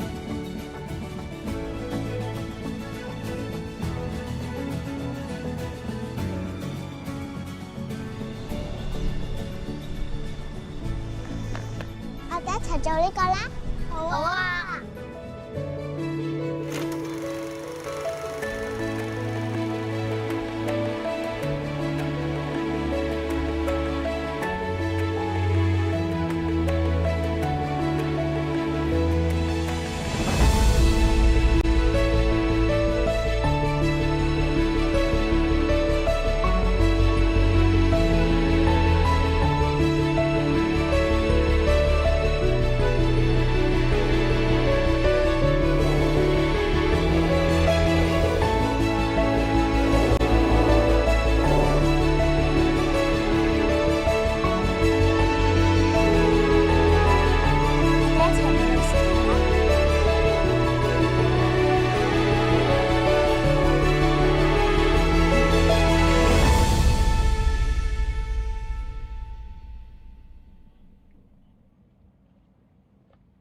建築遺產係澳門城市可持續發展嘅寶貴資源，承載400多年來澳門多元文化交流互鑑、和諧共存嘅生動縮影。自2005年澳門歷史城區列入世界遺產名錄及2014年文化遺產保護法正式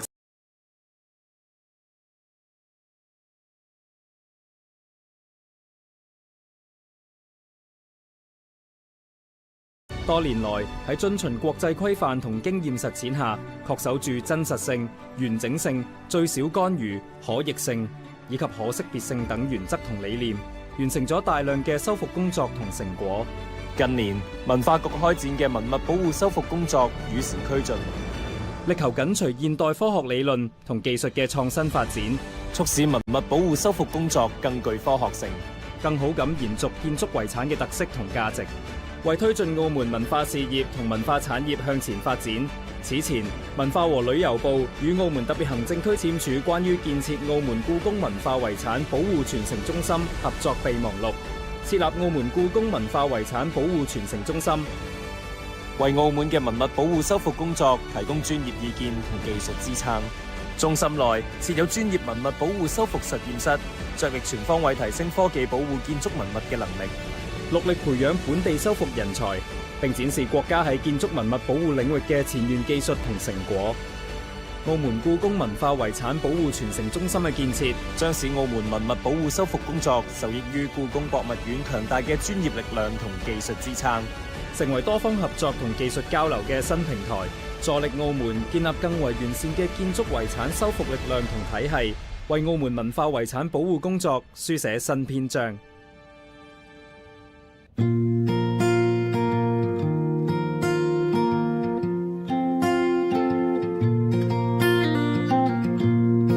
I will be there for you when the sun is shining down, when all of your dreams come true, or the world stops spinning round, just like the ocean to the sea, or like the wind into a breeze. I'm here to stay, and I'm with you, always. La da da da da da da.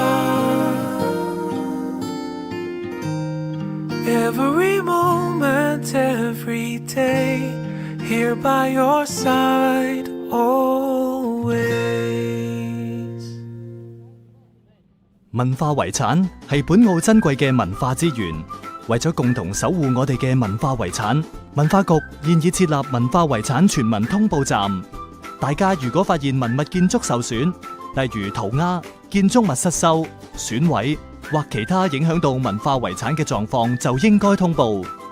大家可以透過呢啲渠道向文化局進行通報。文物問題齊通報，全民合作共保護。Attention in pit lane, GP cars.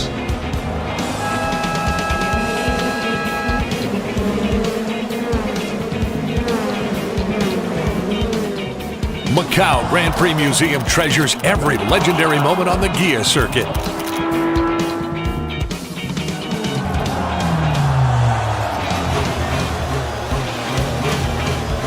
Feel the speed and the excitement without limits.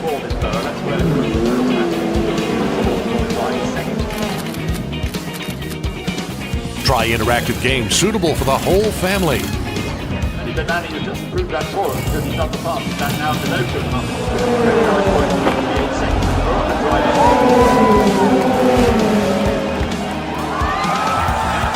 Immerse yourself in the Macao Grand Prix Museum.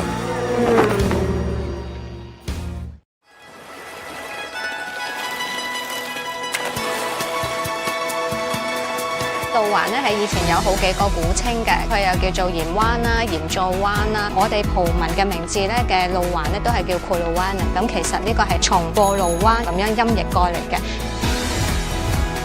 喺路環呢一度咧，你會見到有好多廟宇嘅，佢係反映住漁民同埋一啲海上神明嘅重要連結啦，尤其是我哋所指嘅譚公。路環一直被譽為澳門嘅後花園，依舊保存咗昔日漁村嘅風貌，而旅客咧亦都特意嚟到呢一度咧，享受呢度寫意悠閒嘅環境。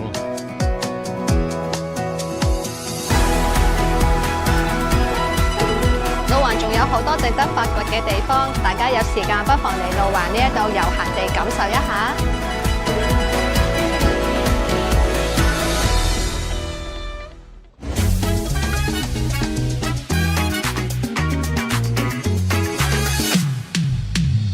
路路環咧係澳門嘅後花園，山明水秀，除非你係好趕時間嘅，如果唔係你真係坐低飲杯，感受下大自然嘅氣息，冇得彈㗎，真係。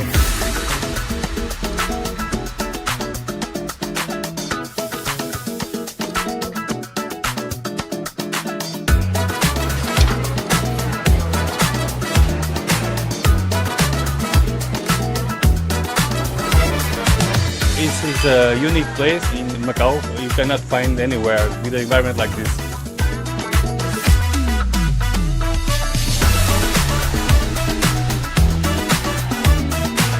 而家好多人咧都好中意放假過嚟路環，所以我哋鋪頭咧做啲新式啲嘅甜品，等佢開心遊歷下路環。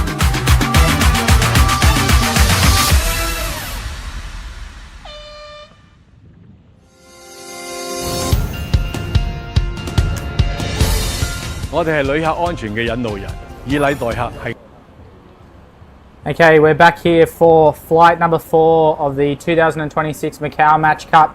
We've had a slight break and reshuffle of the teams. So on board at the moment, we have Rory Finnegan from Ireland. He is in the blue boat here, the red shirts, and he's up against Jonny Berntsson from Sweden, one of the veteran World Match Racing Tour skippers. So we've had about a 15-minute break since the last race, and conditions on the racetrack, we've still got our easterly here anywhere between 6 and 8 knots, so it's slightly increased from the morning session. And actually, apologies guys, we've had a delay for match 1. There is a breakage on one of those boats, so we're taking you actually to match 2 here. So the red shirts in the blue boat here is Engström from Sweden, and he's up against Jeppe Borch from Denmark, who is just about to jibe around. He entered from the race committee end, so he's in the blue boat. We've got the red shirts in the red boat. That's Engström from Sweden. So this is match number 2. Match 1, which you can see the skip is in the top right hand corner. There's a problem with those two boats racing at the moment. They are delayed. But in the pre-start box here, we have Engström and Borch. So they are just going through the background there. Engström is in the red boat, trailing away from Borch in the blue boat.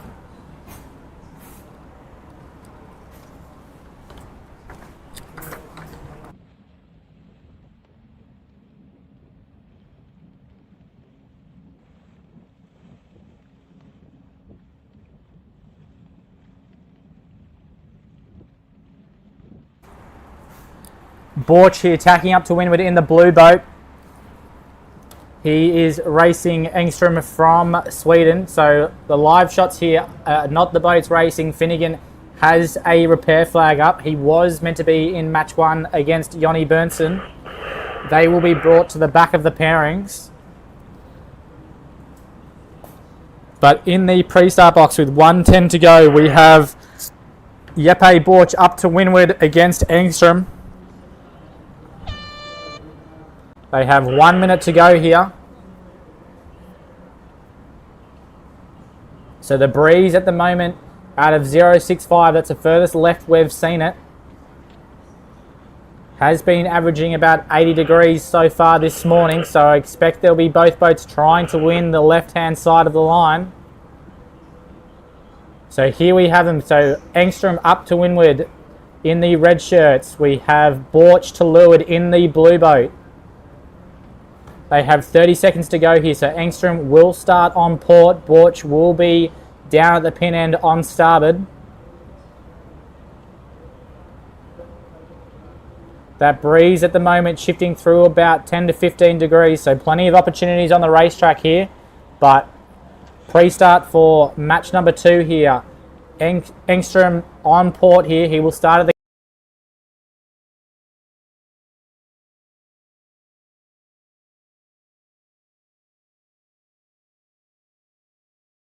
over the Danish team. Borch will squeeze round it. Yeah, it goes 2.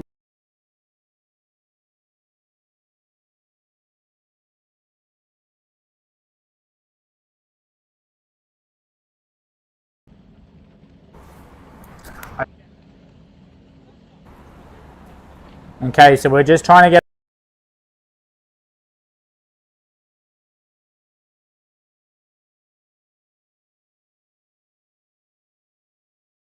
the breakage with his opponent.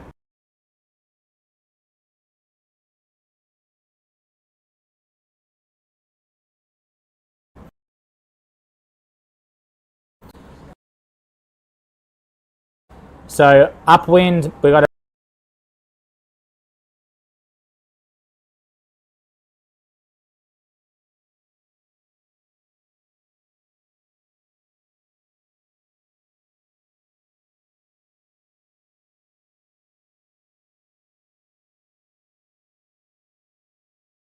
he's up against Ian Regatta from France.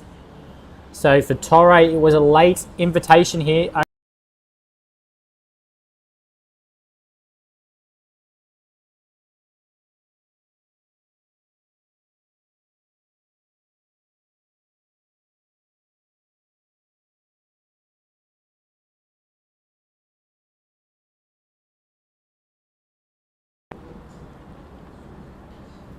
Regatta now having competed at a number of World Match Racing Tour events, including the final in Shenzhen earlier this year, as well as the Congressional Cup last year.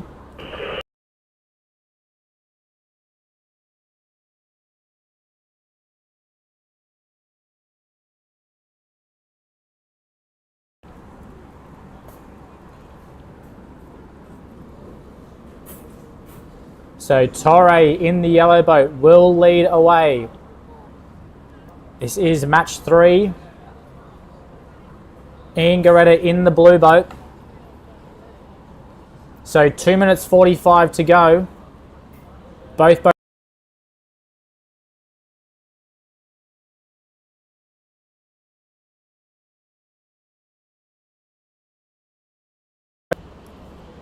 As Torre now jibed with 2 minutes 30 to go.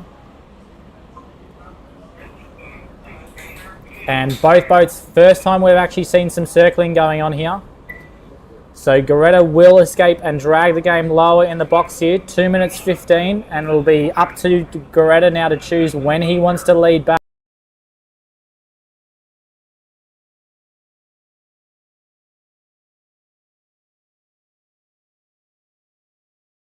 Still going out on port here, so he's now going to jibe with 2 minutes to go. And from his position here, he should actually have quite an easy time backing towards the starting box. Both boats are above the committee boat at the moment. Torre now jibing. We'll see if he stays behind him. But you can see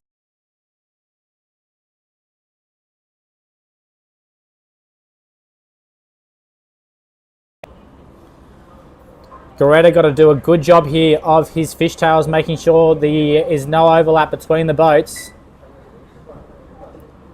Torre keeping his bow very close to the stern, so he's got to push him down the line here to have any chance of getting this race underway. 1:10 to go. Regatta in.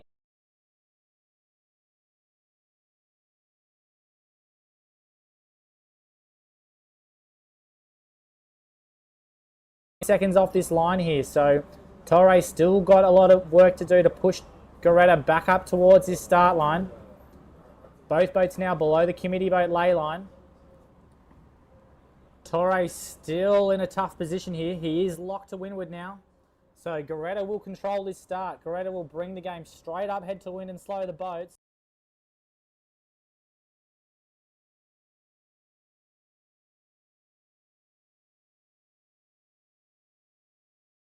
Go and only about 10 seconds off the line. So Regatta in a great position here. Torre will have no other chance but to follow him into the start. Regatta just controlling this game. And you'll see him bring the bow down. He's going for the speed build now. Torre actually did quite a good job there. Okay.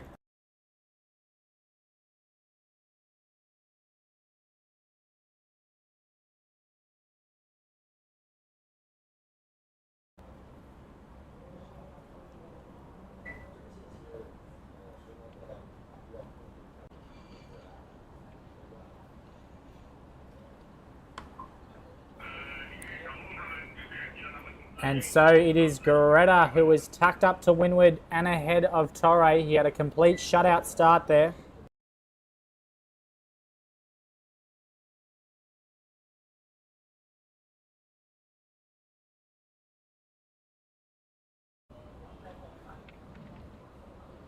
An early advantage to the French team here.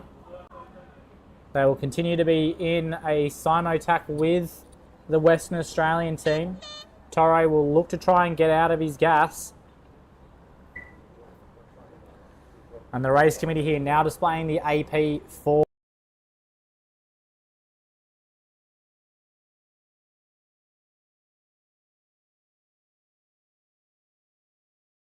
unfortunately, there was a breakage on the Irish team's boat, which has forced a delay.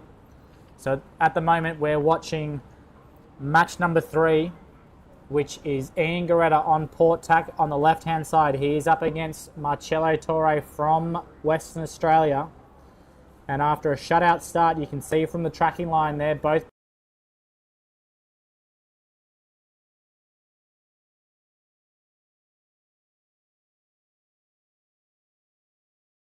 coming up to speed with the venue and the boats. But his young team have done a lot of sailing in the last couple of months. They finished second at the Warren Jones International in Western Australia at the end of January. His hometown event on Foundation 36s.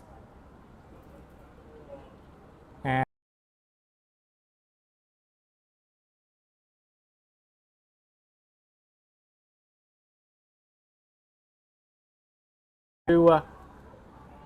Regatta at the moment.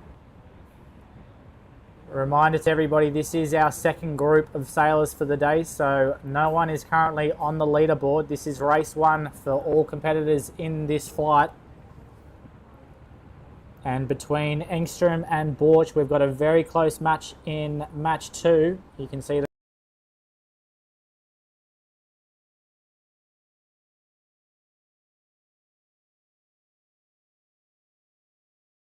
Australia. He's about 50 metres behind the French team of Ian Regatta as they tack in towards the top mark. So the top mark just off the right-hand side here. Regatta getting a little bit of mix-up with match number 2. So you can see the Swedish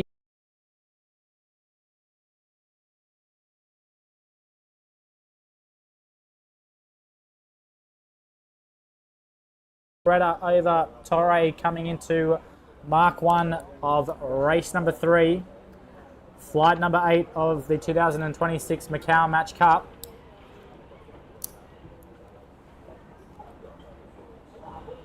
And we've got a 3-boat race here. So the 2 leading boats there, that is match.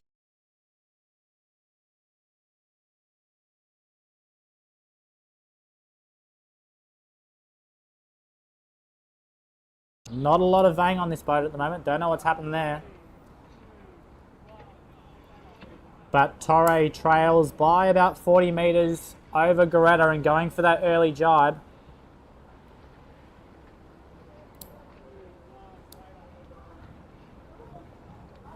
So Torre heading back to that left-hand.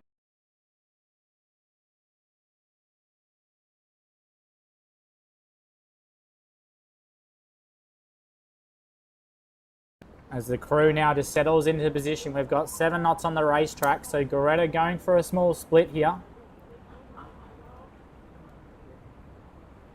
So Regatta with about a 40-metre lead, happy to play it safe out to this right-hand side. He's gotten himself away from match number 2 as well.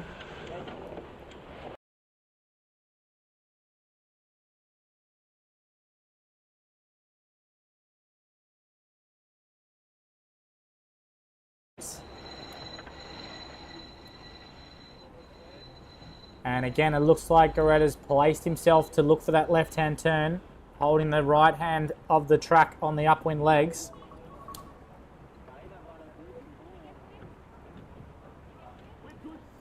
And just in front of him, he's got a very close match between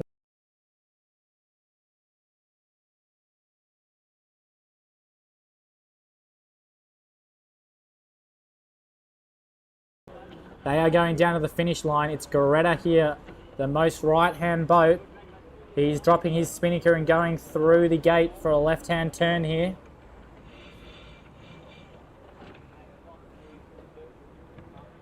Now a reminder for match number 1 between Finnegan and Bernson. Unfortunately, there is a breakage on one of those boats.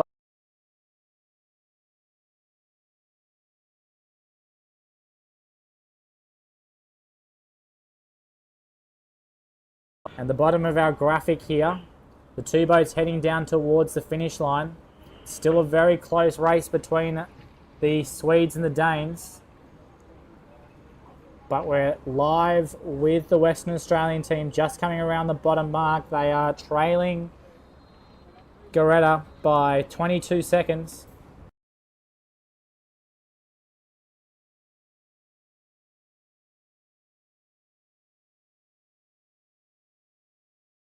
For them the first time. But the crew working hard here to try and stay in this match.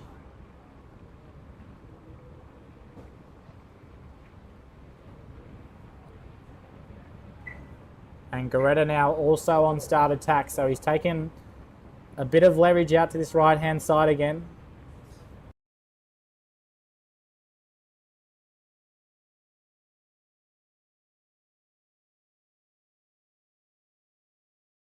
Here, Regatta just coming back over to cover his opponent. Torre just tacking down through to leeward in the yellow boat. That blue spinnaker in the background, that is a boat practicing. But Regatta on starboard here with a very big lead in his first race of the day.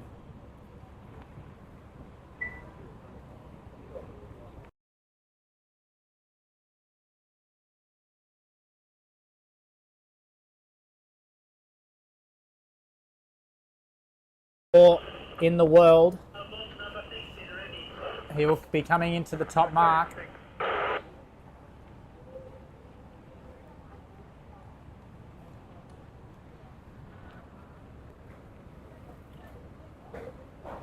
And he has a commanding lead over the world number 38, Marcello Torre.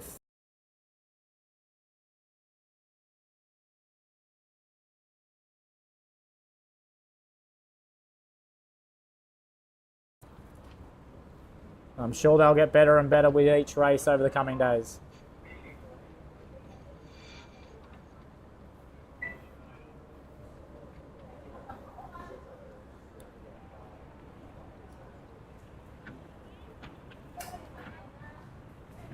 So Ian Regatta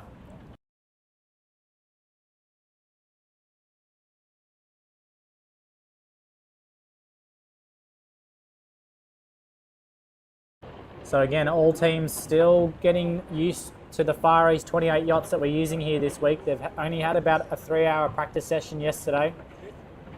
So all the boats are supplied by the organising authority. They've been equalised, so it is really up to the teams to get them around the racetrack, and so far it is the French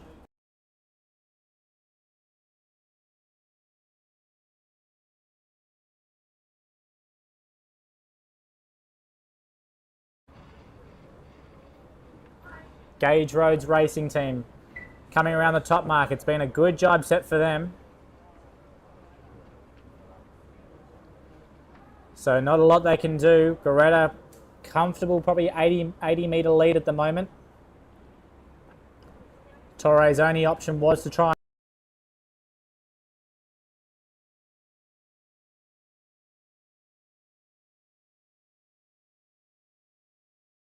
around to the south as the afternoon progresses here. We've just clicked over 1:20 local time.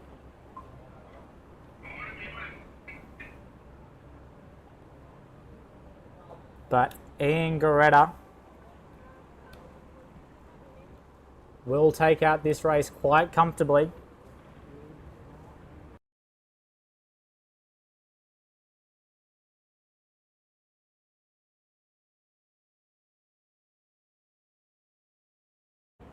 Finnegan versus Bernstein.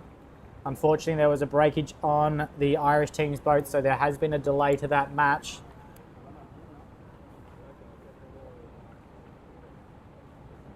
The race committee will look to see where they can try and fit them into the schedule. think it is our plan to try and complete the first.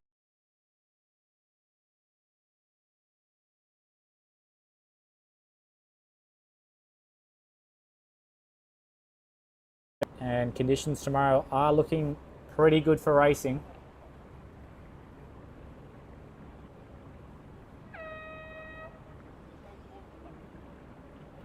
So as we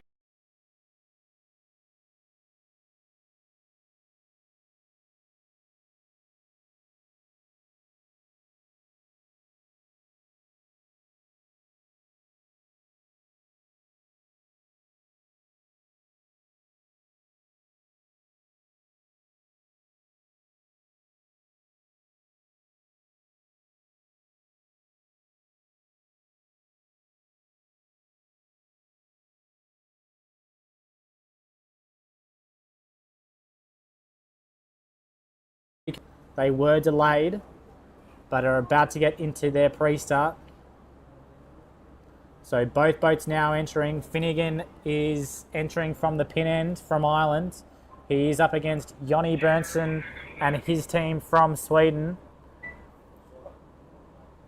Berntsson, the world number 3, and his Berntsson sailing team, veterans on the World Match Racing Tour here. As both of those boats now go into the dial-up.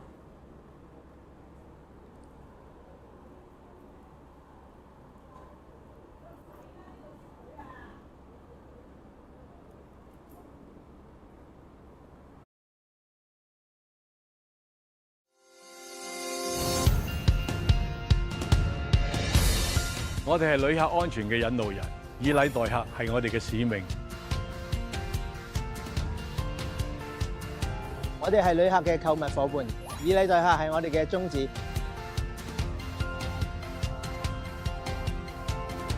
我哋係旅客嘅美食導覽員，以禮待客係我哋堅定嘅信念。我哋係旅客嘅策劃者，以禮待客係我哋嘅核心價值。我哋係旅客遊澳門途中嘅家，以禮待客係我哋嘅承諾。我哋用心多一啲，旅客嘅旅程就更圓滿一啲。旅遊大使，你我都是。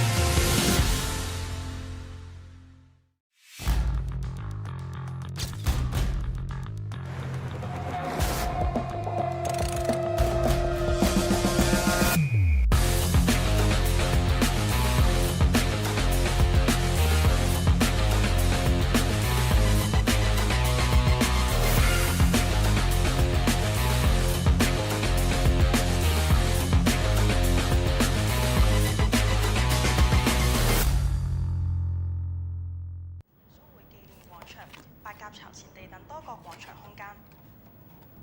我哋嚟睇下下一則新聞。喺北京時間7月15日下午4時10分，正在南非舉行嘅第29屆世遺大會宣布，澳門歷史建築群被列入世界遺產名錄，成為我國第31處世界遺產，並重新命名為澳門歷史城區。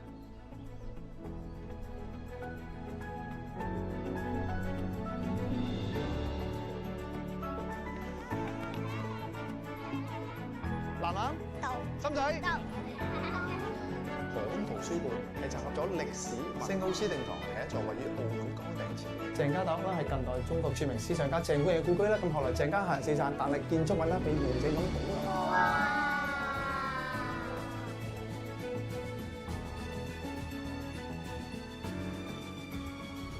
叔叔似唔似啊？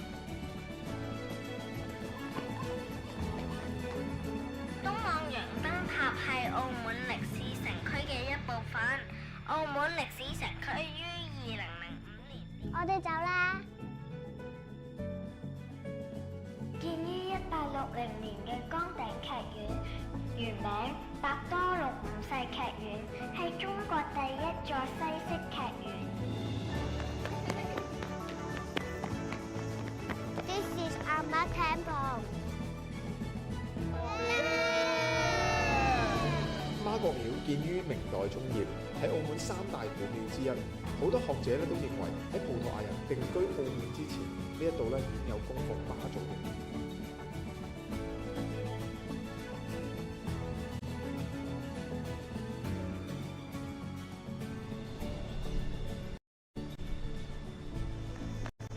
我哋一齊做呢個啦！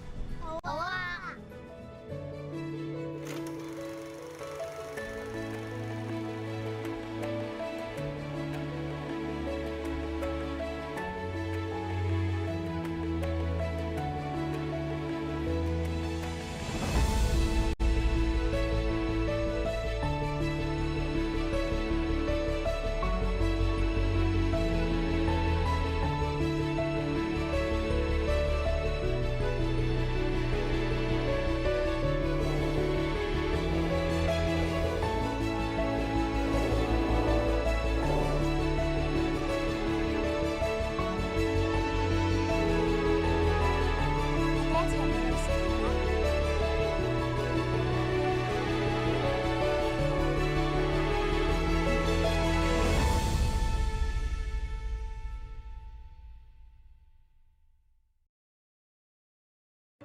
建築遺產係澳門城市可持續發展嘅寶貴資源，承載400多年來澳門多元文化交流互鑑、和諧共存嘅生動縮影。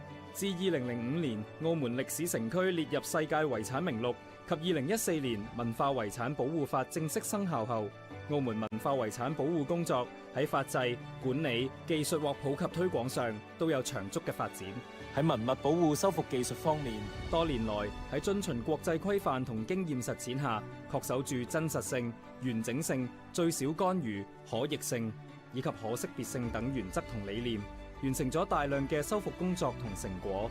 近年文化局開展嘅文物保護修復工作與時俱進，力求緊隨現代科學理論同技術嘅創新發展，促使文物保護修復工作更具科學性，更好咁延續建築遺產嘅特色同價值，為推進澳門文化事業同文化產業向前發展。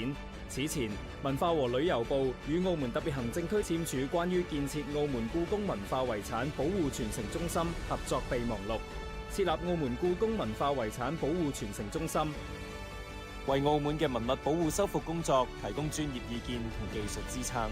中心內設有專業文物保護修復實驗室，着力全方位提升科技保護建築文物嘅能力，戮力培養本地修復人才，並展示國家喺建築文物保護領域嘅前沿技術同成果。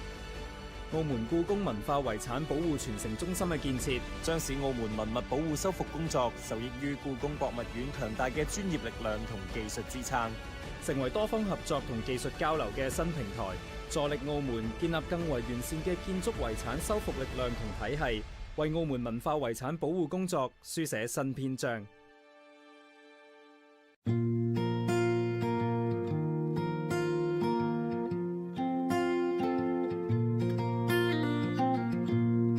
I will be there for you when the sun is shining down, when all of your dreams come true, or the world stops spinning round, just like the ocean to the sea, or like the wind into a breeze. I'm here to stay, and I'm with you, and I'm with you always. La da da da da da da.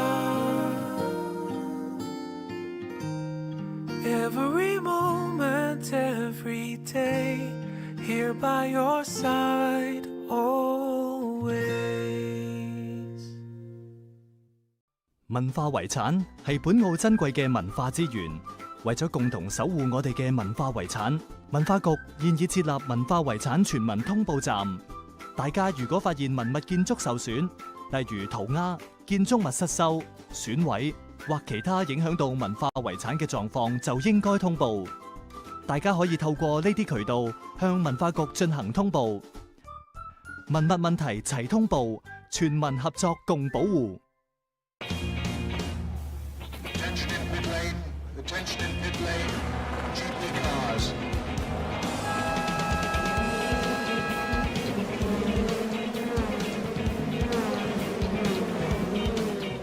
Macao Grand Prix Museum treasures every legendary moment on the Gia circuit.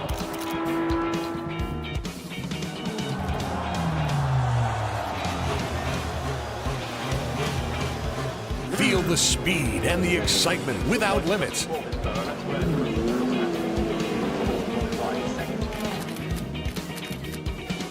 Try interactive games suitable for the whole family. The Danny has just proved that for us because he's on the fastest and now to those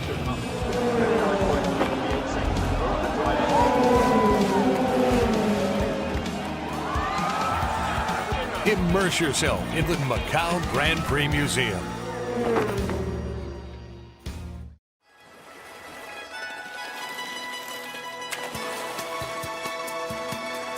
路環咧係以前有好幾個古稱嘅，佢又叫做鹽灣啦、鹽造灣啦。我哋葡文嘅名字咧嘅路環咧都係叫庫魯灣啊。咁其實呢個係從過路灣咁樣音譯過嚟嘅。喺路環呢一度咧，你會見到有好多廟宇嘅，佢係反映住漁民同埋一啲海上神明嘅重要連結啦，尤其是我哋所指嘅譚公。路環一直被譽為澳門嘅後花園，依舊保存咗昔日漁村嘅風貌，而旅客咧亦都特意嚟到呢一度咧，享受呢度寫意悠閒嘅環境。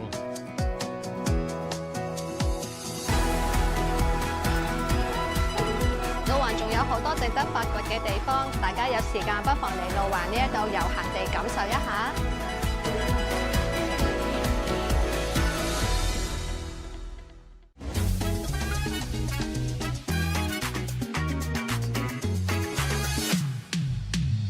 路環咧係澳門嘅後花園，山明水秀，除非你係好趕時間嘅，如果唔係，你真係坐低飲杯，感受下大自然嘅氣息，冇得彈嘅真係。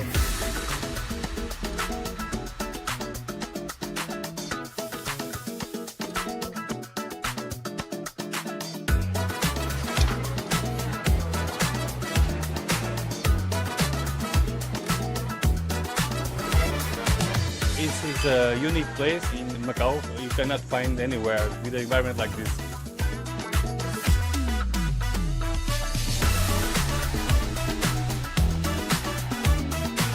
而家好多人咧都好中意放假過嚟路環，所以我哋鋪頭咧做啲新式啲嘅甜品，俾你開心遊歷下路環。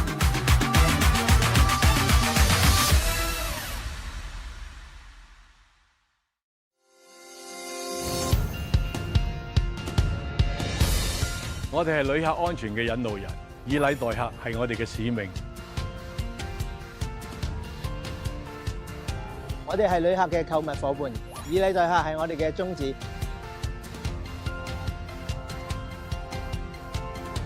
我哋係旅客嘅美食導覽員。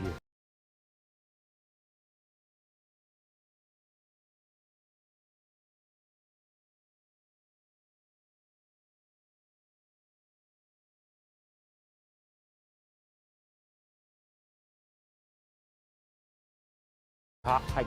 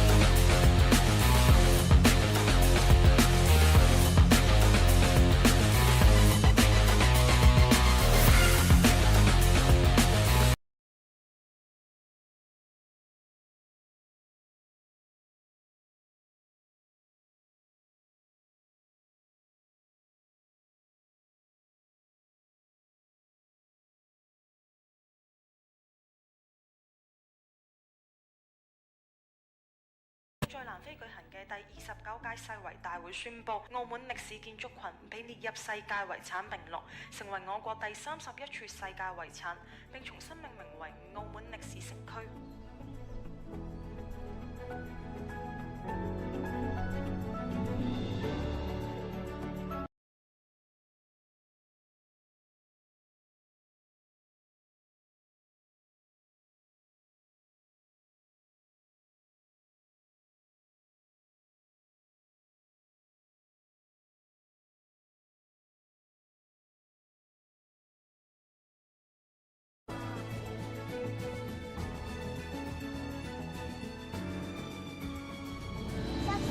似唔似啊？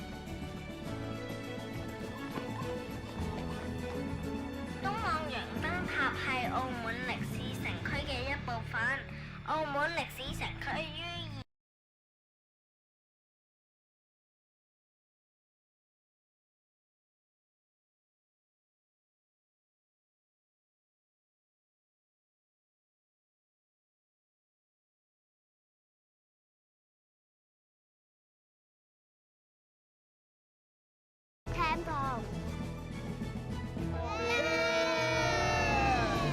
媽閣廟建於明代中葉，喺澳門三大古廟之一。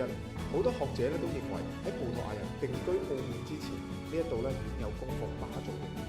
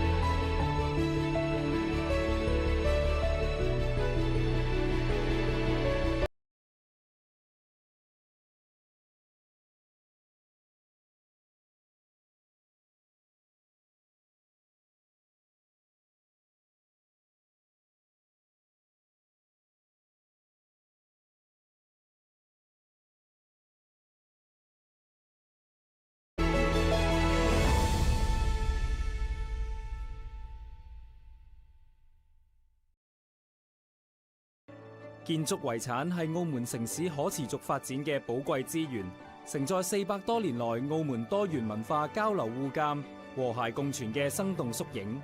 自20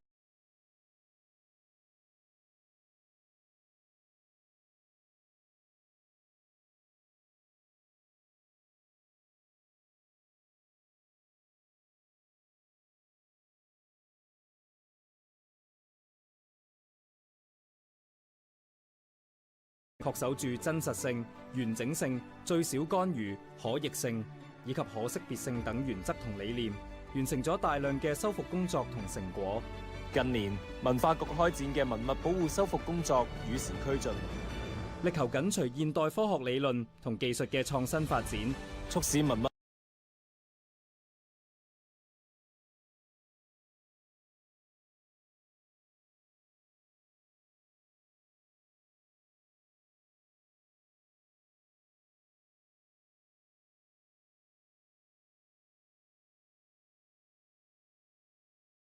遺產保護傳承中心，為澳門嘅文物保護修復工作提供專業意見同技術支撐。中心內設有專業文物保護修復實驗室，着力全方位提升科技保護建築文物嘅能力，戮力培養本地修復人才，並展示國家喺建築文物保護領域嘅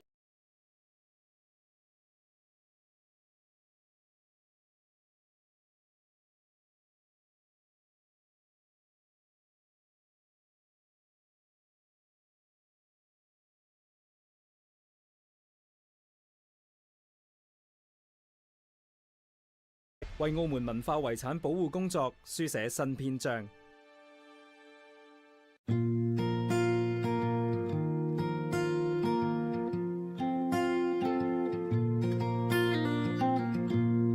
I will be there for you when the sun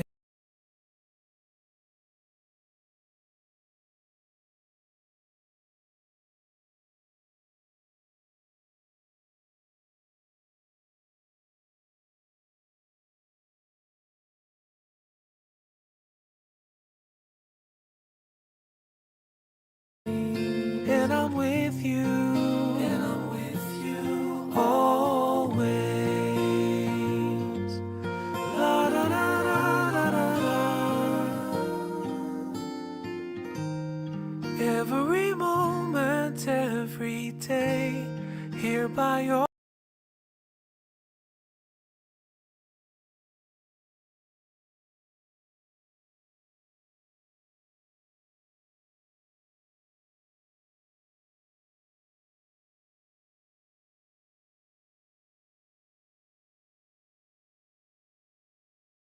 建築物失修、損毀或其他影響到文化遺產嘅狀況，就應該通報。大家可以透過呢啲渠道向文化局進行通報。文物問題齊通報，全民合作共保護。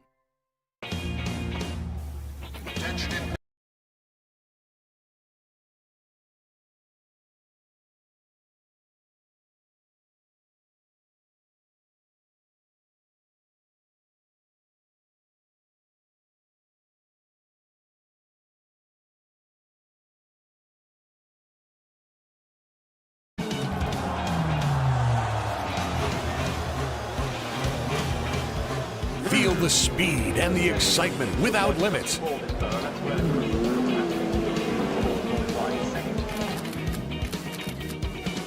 Try interactive games suitable for the whole family.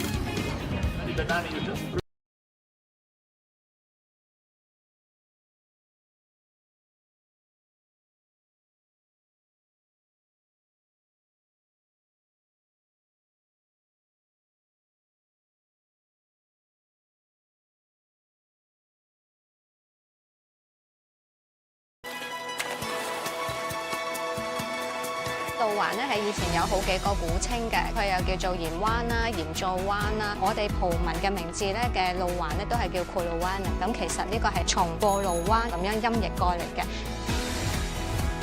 喺路環呢一度咧，你會見到有好多廟宇嘅。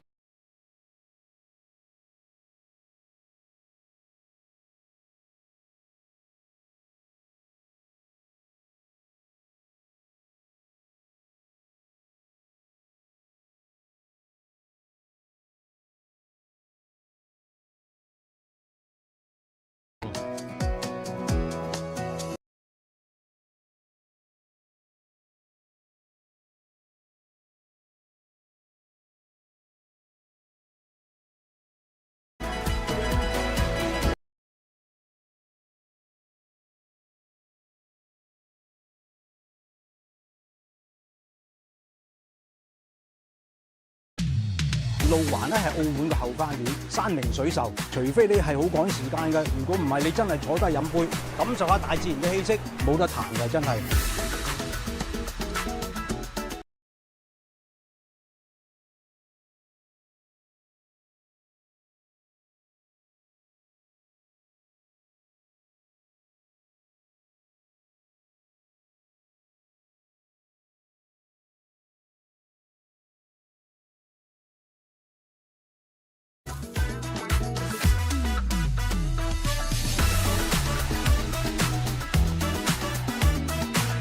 而家好多人咧都好中意放假過嚟路環，所以我哋背後咧做啲新式啲嘅甜品，等佢開心遊歷下路環。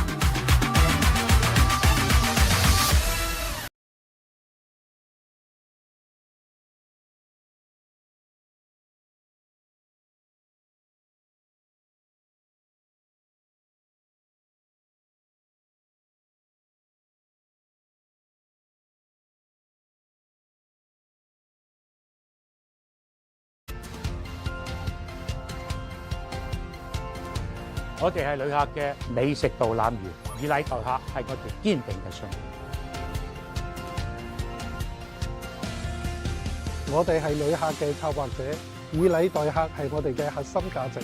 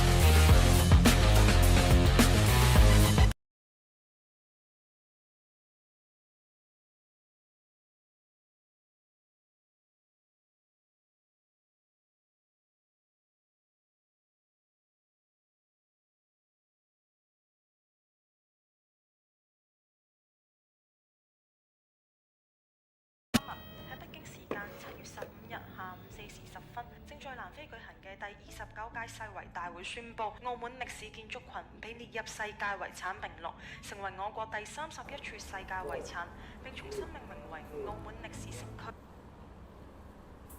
Okay, and we're back here for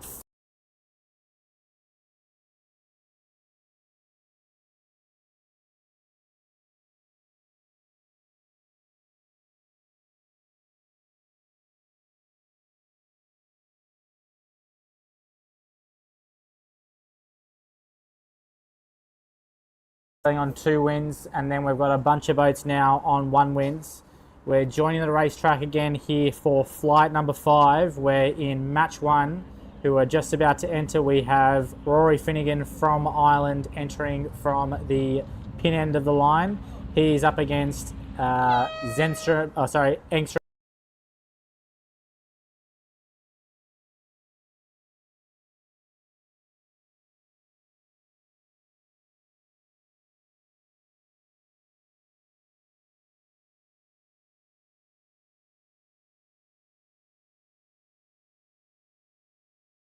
And we'll be going into the dial up. Here at the moment we've still got our easterly breeze settled in here at about 080 degrees at 6 knots. So perfect conditions here in Macao for day 1 of our qualifying series.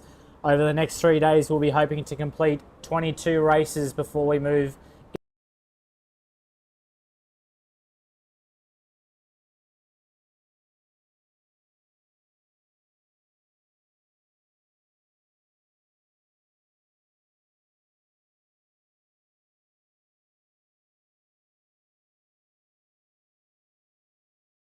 our 2 races at the moment. Rory Finnegan from Ireland here just exiting the dial up.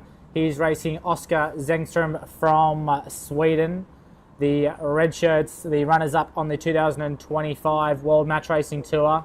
Engstrom really looking to try and put his best foot forward here on the opening round.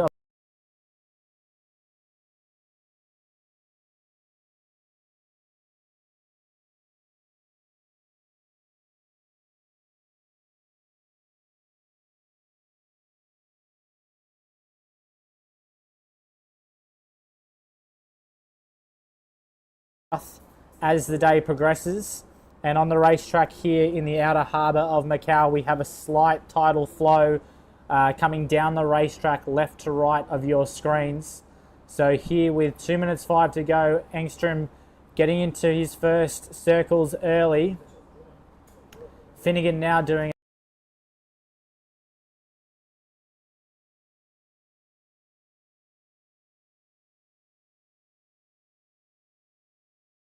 both boats well above.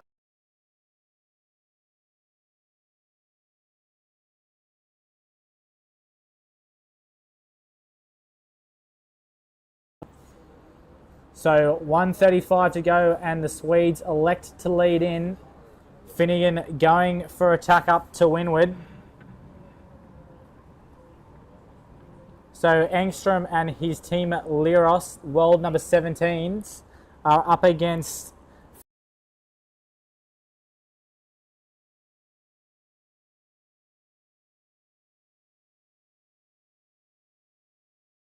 You've gone too low in the starting block.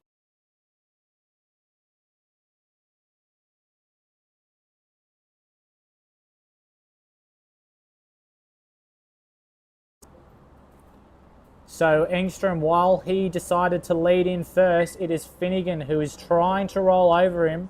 Both boats now very early for the start box. Finnegan getting around the front of him here. Engstrom will continue to push him hard.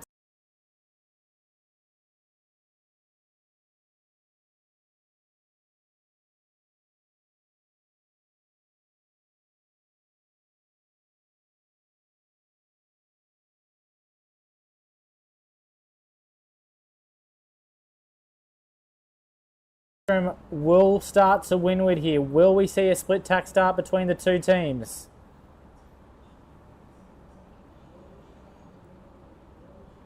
And Finnegan doing his best to try and make the Swedes early. Both boats now splitting. We'll have Engstrom in the red boat heading out to the right-hand side. Gun go.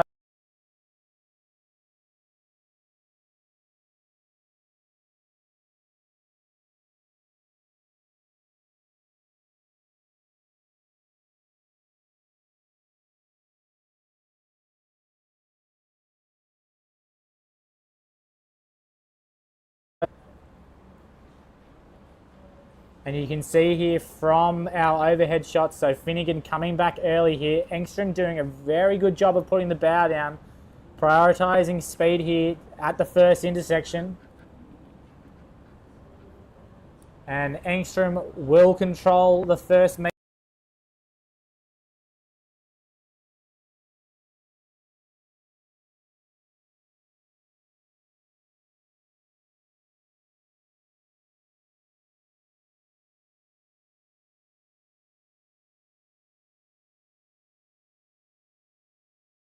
Torre, you can see the Flight 3 flag flying. Unfortunately, match 2, we have a breakage at the moment.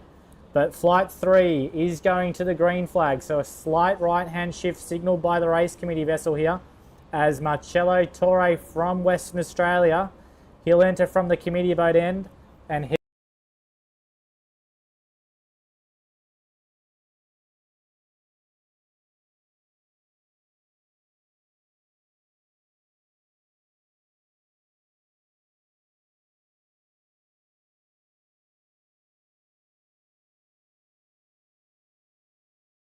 showing his expertise in these boats. He's sailed them a lot over the last 12 months. He's a veteran of the World Match Racing Tour with his Bernsen sailing team. He did win the Bermuda Gold Cup last year in October.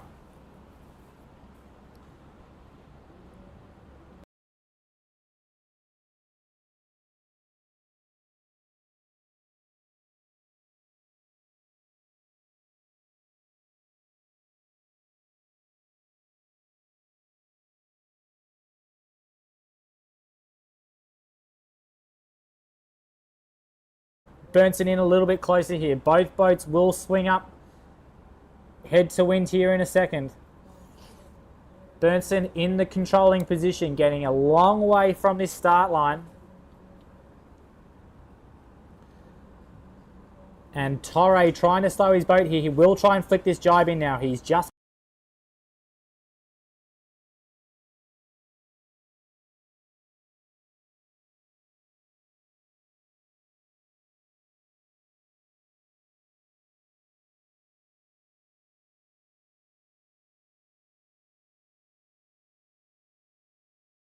trailing Torre in with only 2 minutes to go. Shocked that we didn't see actually attack up there from Bernsen. You can see the race committee vessel just to the left-hand side of his jib here. 145. Torre not doing a good job here of getting away from his start line. He needs to get deep.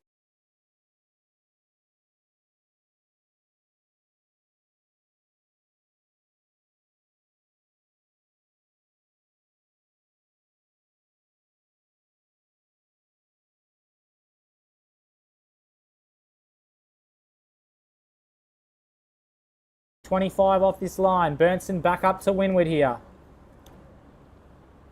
And both boats just below the committee boat ley line. So we will get a start in between the two of them. Torre's shift now is to the pin end. Bernsen doing a good job of pushing him down the line. Both boats still a long way off.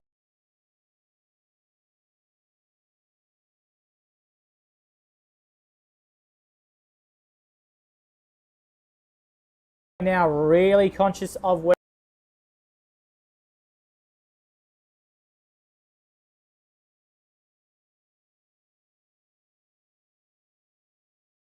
so Torre will want to push slightly forward on Bernsen here. We're probably going to see another split tack start between the fleet. 25 to go. Torre in a good position here to take the pin end of the line. Bernsen here happy to go on to port. There will be a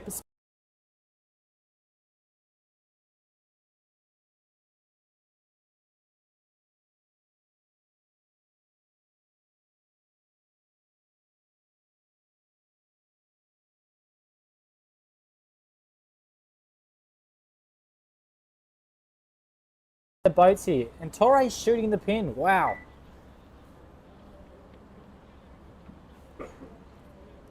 Okay, so both boats starting under speed off the start line, but we do have a split tack start between them. You can see from the tracking line here, they did get to the middle of the start line, so both boats really struggling to lay through.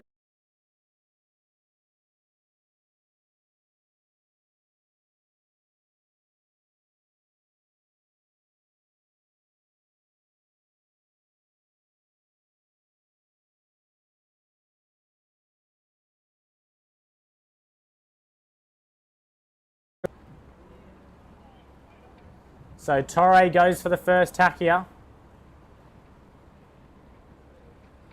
And again, we're seeing the AP flag flown from the race committee boat. So for our final race in flight number 5 between Borch and Regatta, unfortunately a boat breakage will mean that race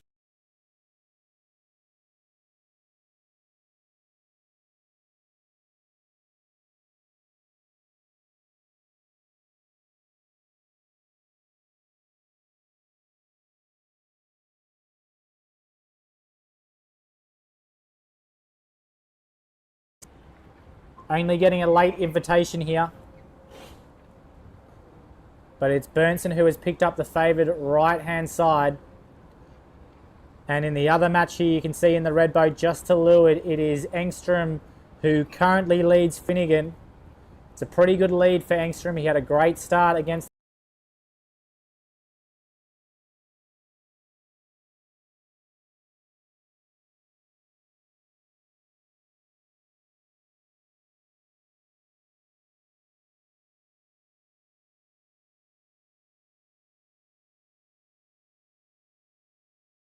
is Marcello Torre in the yellow boat.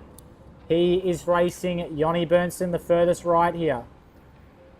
And between the two matches, we have match 2 heading to the yellow marker just on screen, whilst Torre and Bernsen will be going to the green right-hand marker at the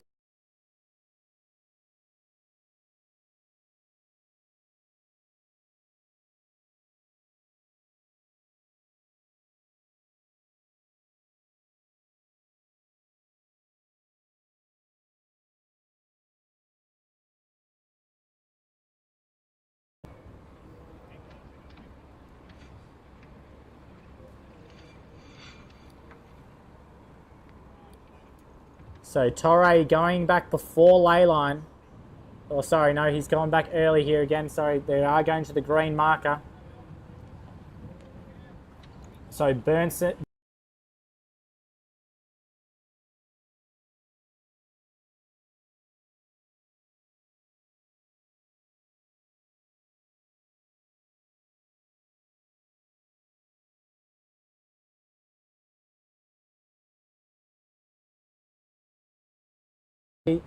In flight number 4, he beat Rory Finnegan from Ireland.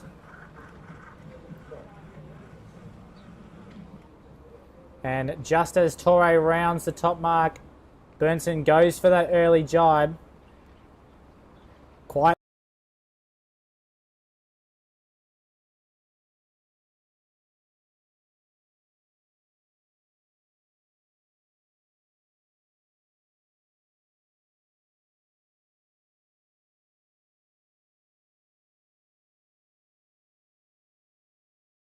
making for quite a long starboard jibe on the downwind leg.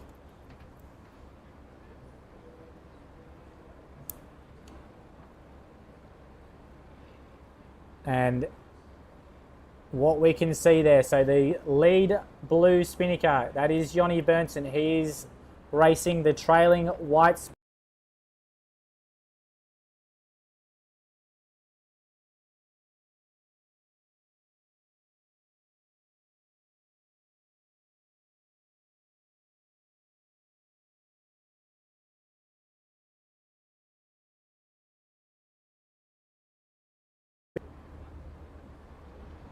Racing for day 1 of the 2026 Macao Match Cup, taking place on the outer harbour here. You can see it's quite a busy harbour.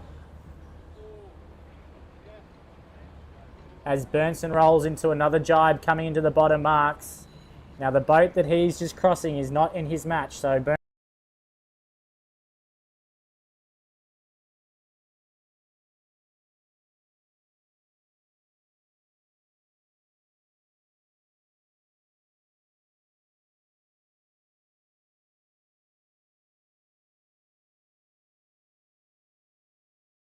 and in the background there, in the white spinnaker, just going through that gate marker, that is match number 1 of Engstrom from Sweden. He will beat Rory Finnegan from Ireland, but we're back onto our feature match here. Veteran Jonny Bernsen from Sweden with a sizable lead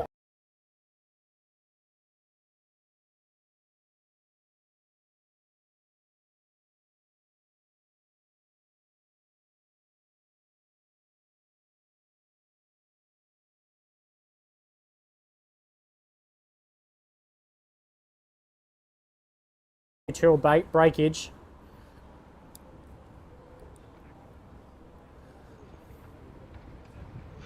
But Marcello Torre once again going around for a right-hand turn, heading left on the upwind legs.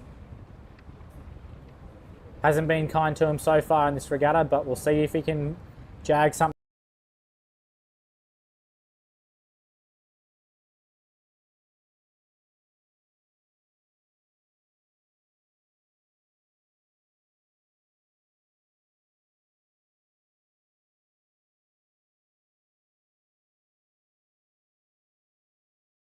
And Yanni out to about a 60-metre lead in this race.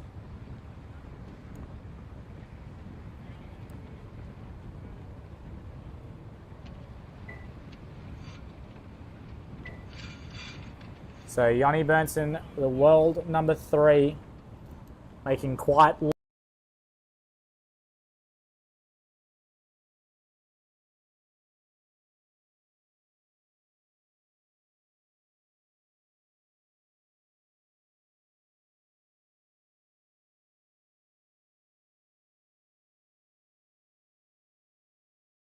racing circuit, now looking to make his break into the Open League.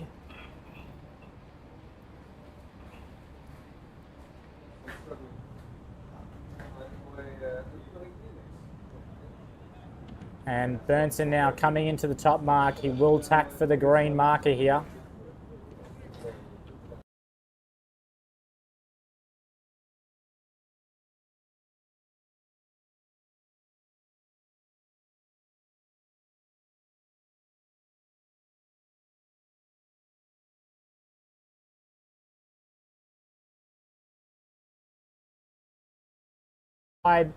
Pushing from left to right on the screen here. So Torre may struggle to lay actually.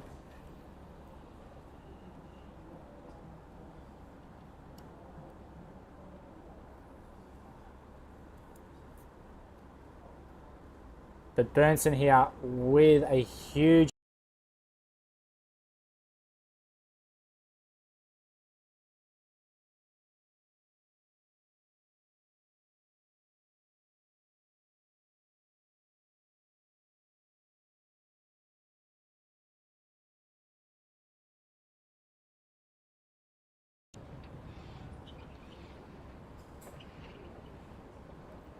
So Bernsen will run down to this starboard lay line into the committee boat. Not much Torre can do. You can see the lead there, probably out to 100 metres now. Very comfortable for the Swedes in flight number.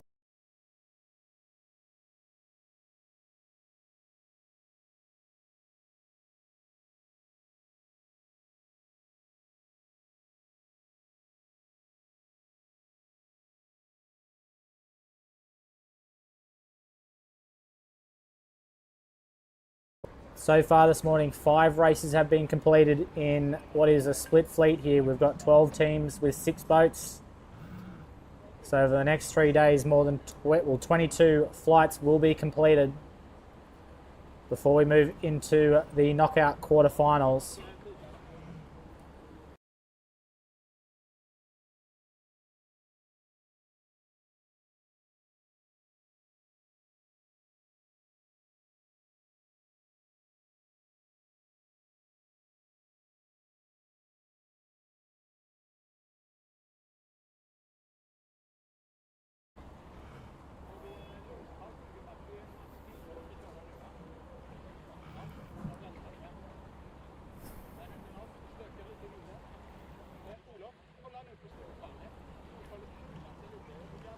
But Yanni Bernsen comes through the line here to comfortably take out his race.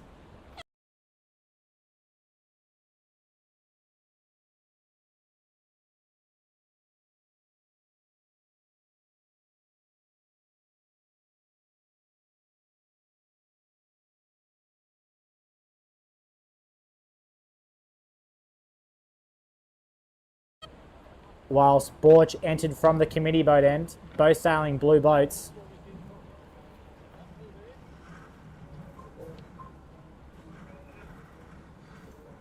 But Bernsen now moves to 2 points.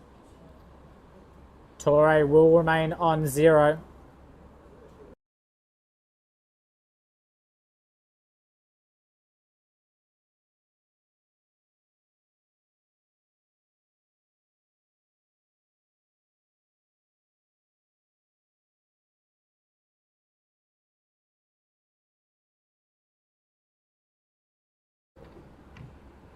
These guys have 3 minutes to go in their starting sequence, so we'll try and get our coverage across there shortly.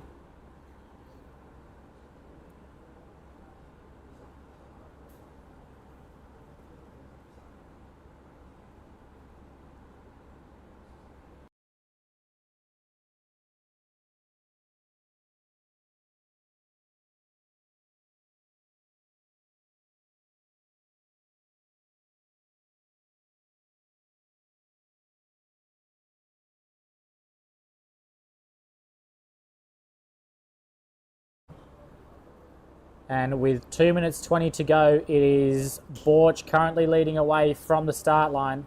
But we'll take a short break before we get back to here with live shots from the 2026 Macao Match Cup. 白鴿巢前地等多個廣場空間。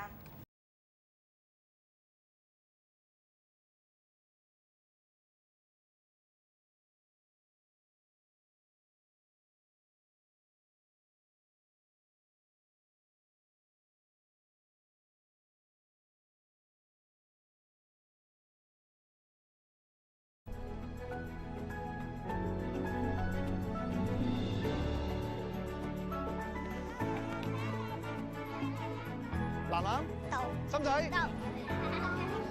羅東圖書館係集合咗歷史、聖奧斯定堂係一座位於澳門崗頂前。鄭家達咧係近代中國著名。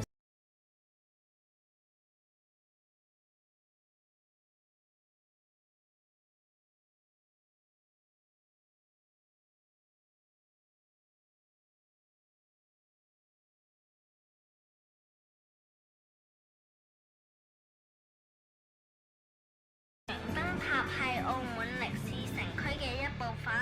澳門歷史城區於2005年。我哋走啦。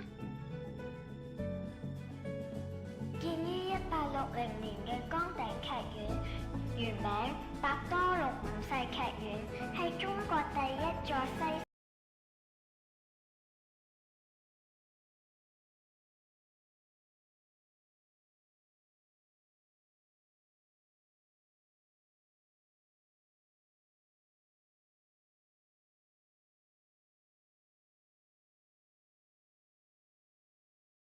有功服打造嘅。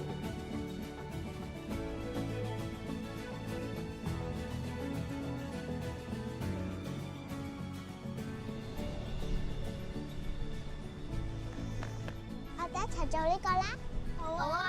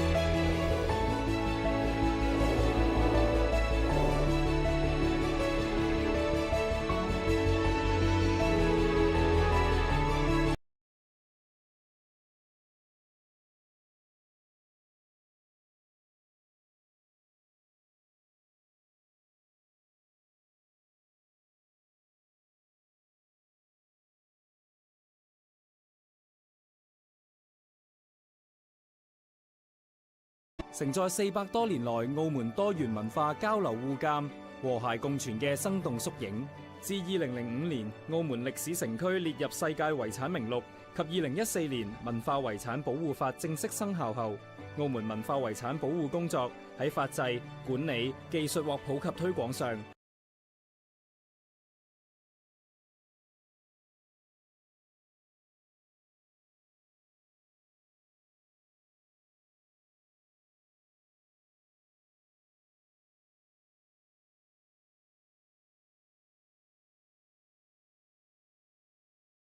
修復工作與時俱進，力求緊隨現代科學理論同技術嘅創新發展，促使文物保護修復工作更具科學性，更好咁延續建築遺產嘅特色同價值，為推進澳門文化事業同文化產業向前發展。此前，文化和旅遊部與澳門特別行政區簽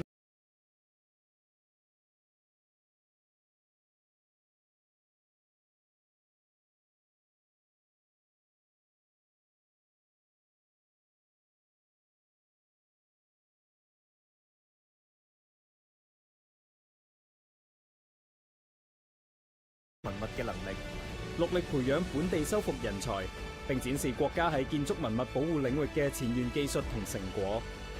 澳門故宮文化遺產保護傳承中心嘅建設，將使澳門文物保護修復工作受益於故宮博物院強大嘅專業力量同技術支撐，成為多方合作。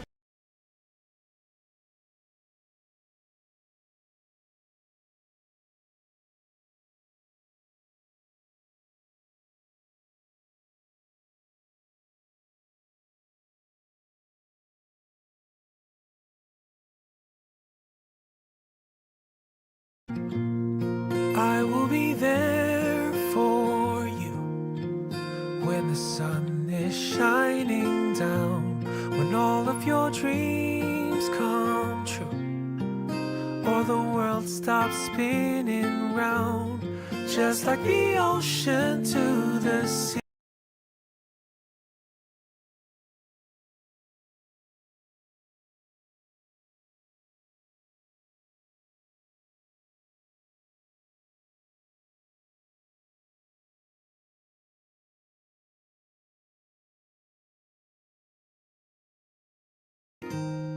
Every moment, every day, here by your side, always. 文化遺產係本澳珍貴嘅文化資源，為咗共同守護我哋嘅文化遺產，文化局現已設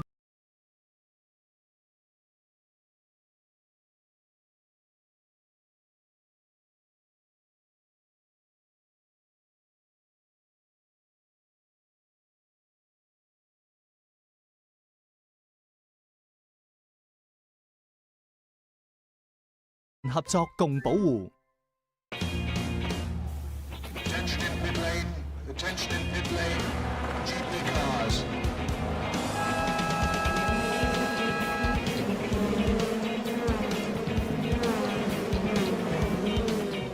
Macao Grand Prix Museum treasures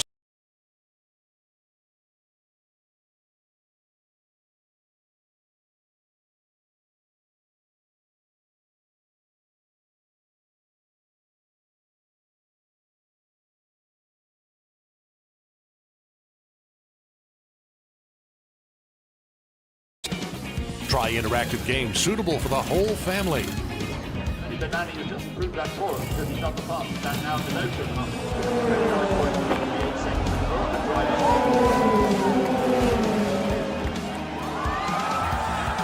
the Immerse yourself in the Macao Grand Prix Museum.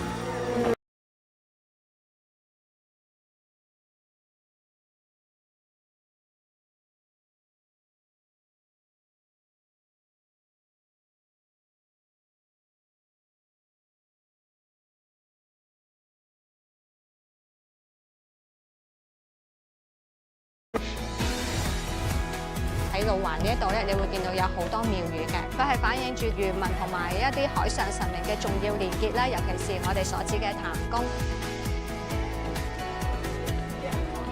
路環一直被譽為澳門嘅後花園，依舊保存咗昔日漁村嘅風貌。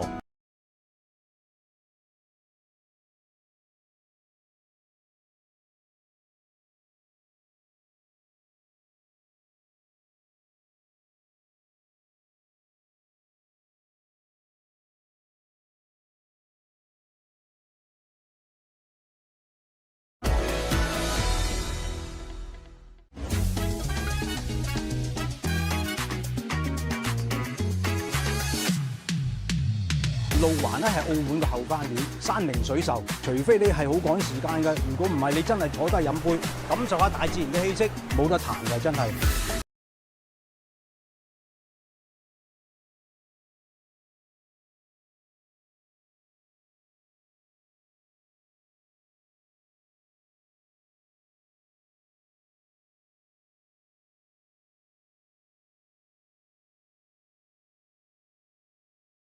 Find anywhere with an environment like this.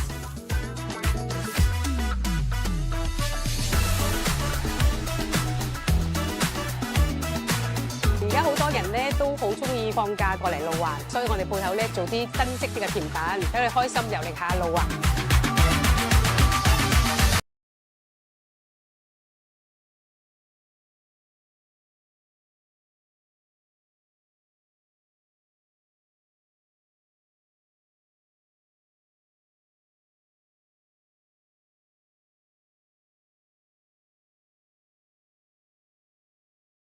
宗旨。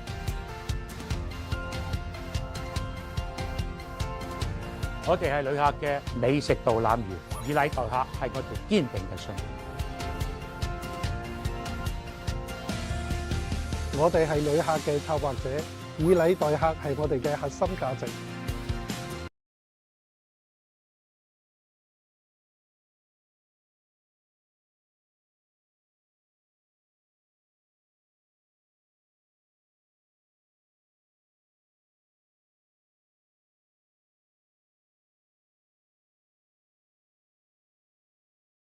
你我都是。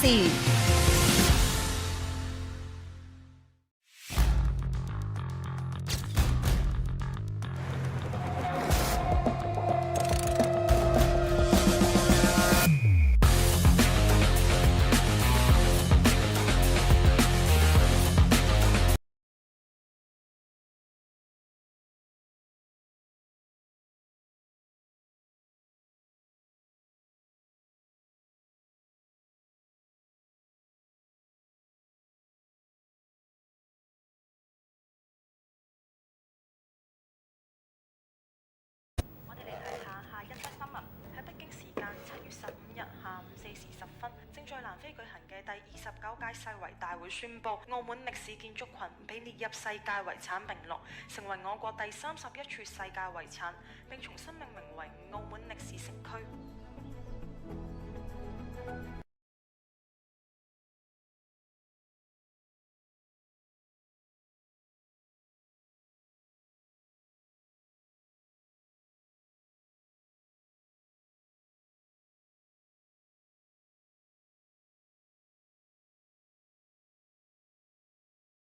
得閒四散大力建築物啦，俾完整咁保啦。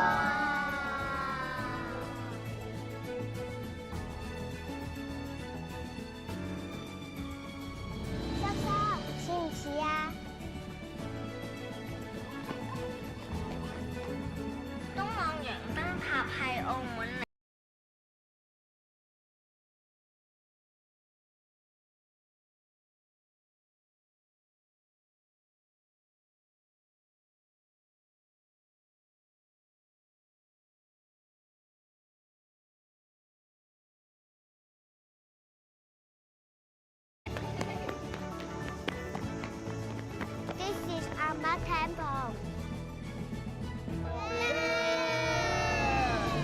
媽閣廟建於明代中葉，係澳門三大古廟之一。好多學者咧都認為喺葡萄牙人定居澳門之前，呢一度咧已經有供奉媽祖嘅。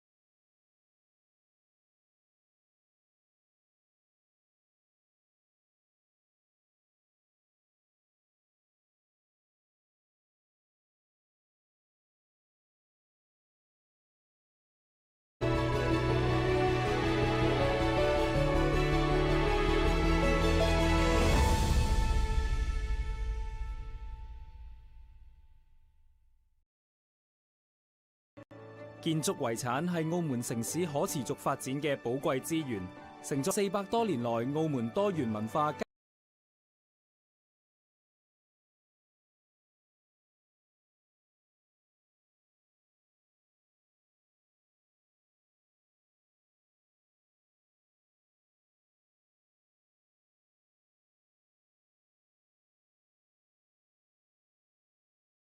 多年來喺遵循國際規範同經驗實踐下，確守住真實性、完整性、最少干預、可逆性以及可識別性等原則同理念，完成咗大量嘅修復工作同成果。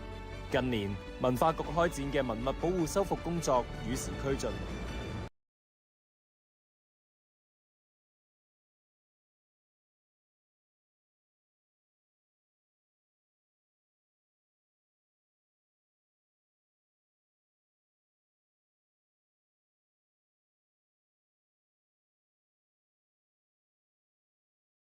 產保護傳承中心合作備忘錄，設立澳門故宮文化遺產保護傳承中心，為澳門嘅文物保護修復工作提供專業意見同技術支撐。中心內設有專業文物保護修復實驗室，着力全方位提升科技保護建築文物嘅能力，戮力培養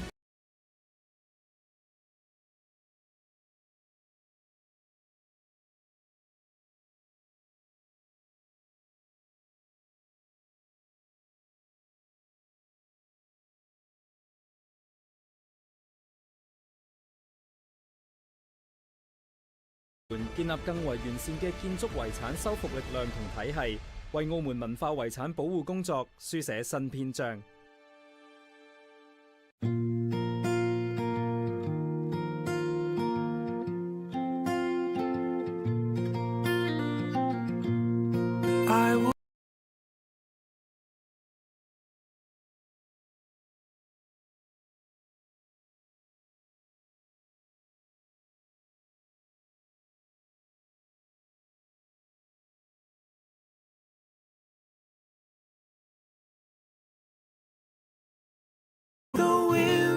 To a breeze, I'm here to stay, and I'm with you, always. La da da da da da da.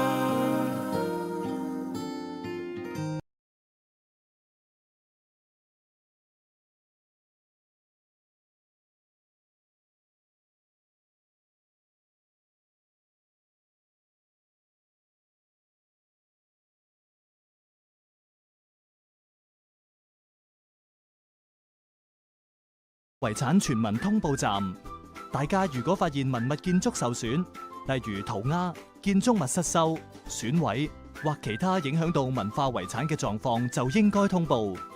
大家可以透過呢啲渠道向文化局進行通報。文物問題齊通報，全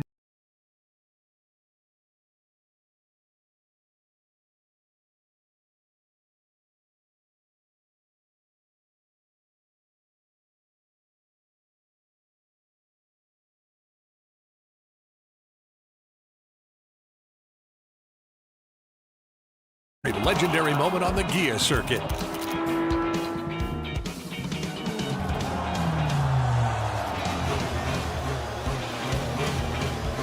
Feel the speed and the excitement without limits.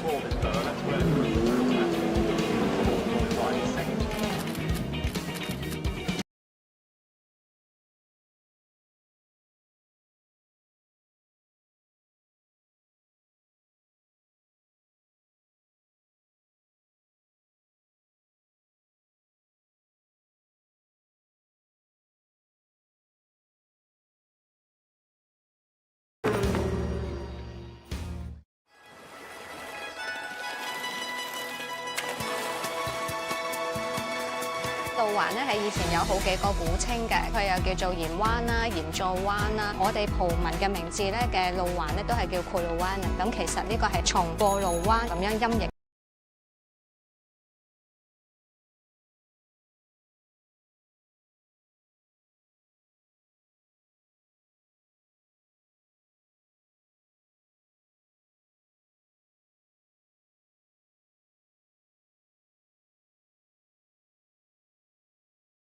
而旅客咧，亦都特意嚟到呢一度咧，享受呢度寫意悠閒嘅環境。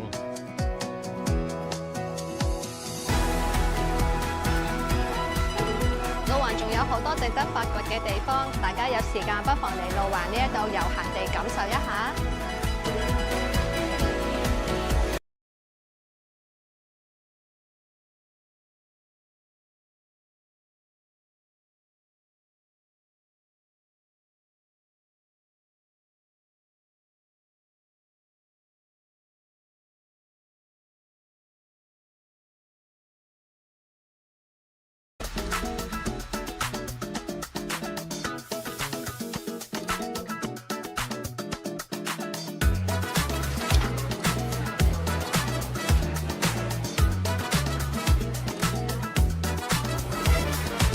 This is a unique place in Macau. You cannot find anywhere.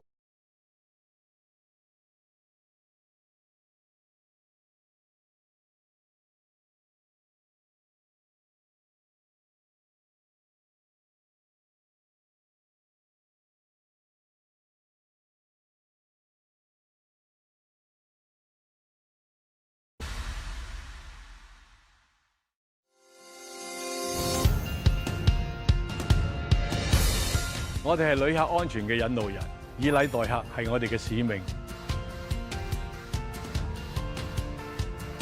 我哋係旅客嘅購物伙伴，以禮待客係我哋嘅宗旨。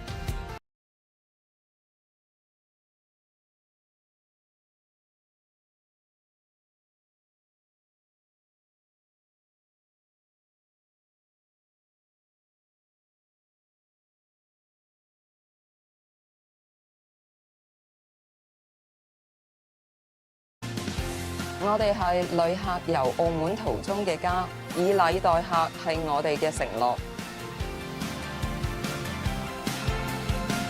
我哋用心多一啲，旅客嘅旅程就更圓滿一啲。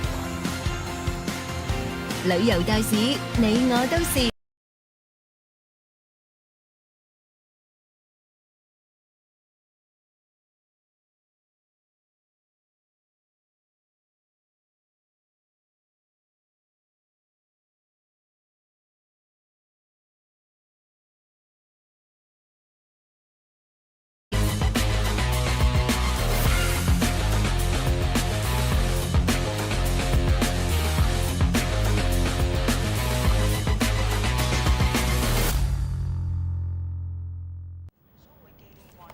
白鴿巢前地等多個廣場空間。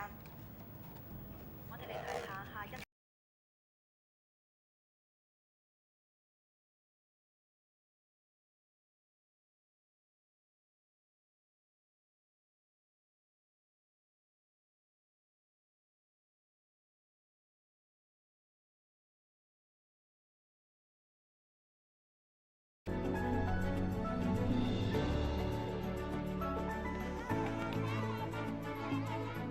南南到，深仔到。河東圖書館係集合咗歷史、聖奧斯定堂係一座位於澳門崗頂前嘅。鄭家鬥啦係近代中國著名思想家鄭觀嘅故居啦。咁後來鄭家下人四散。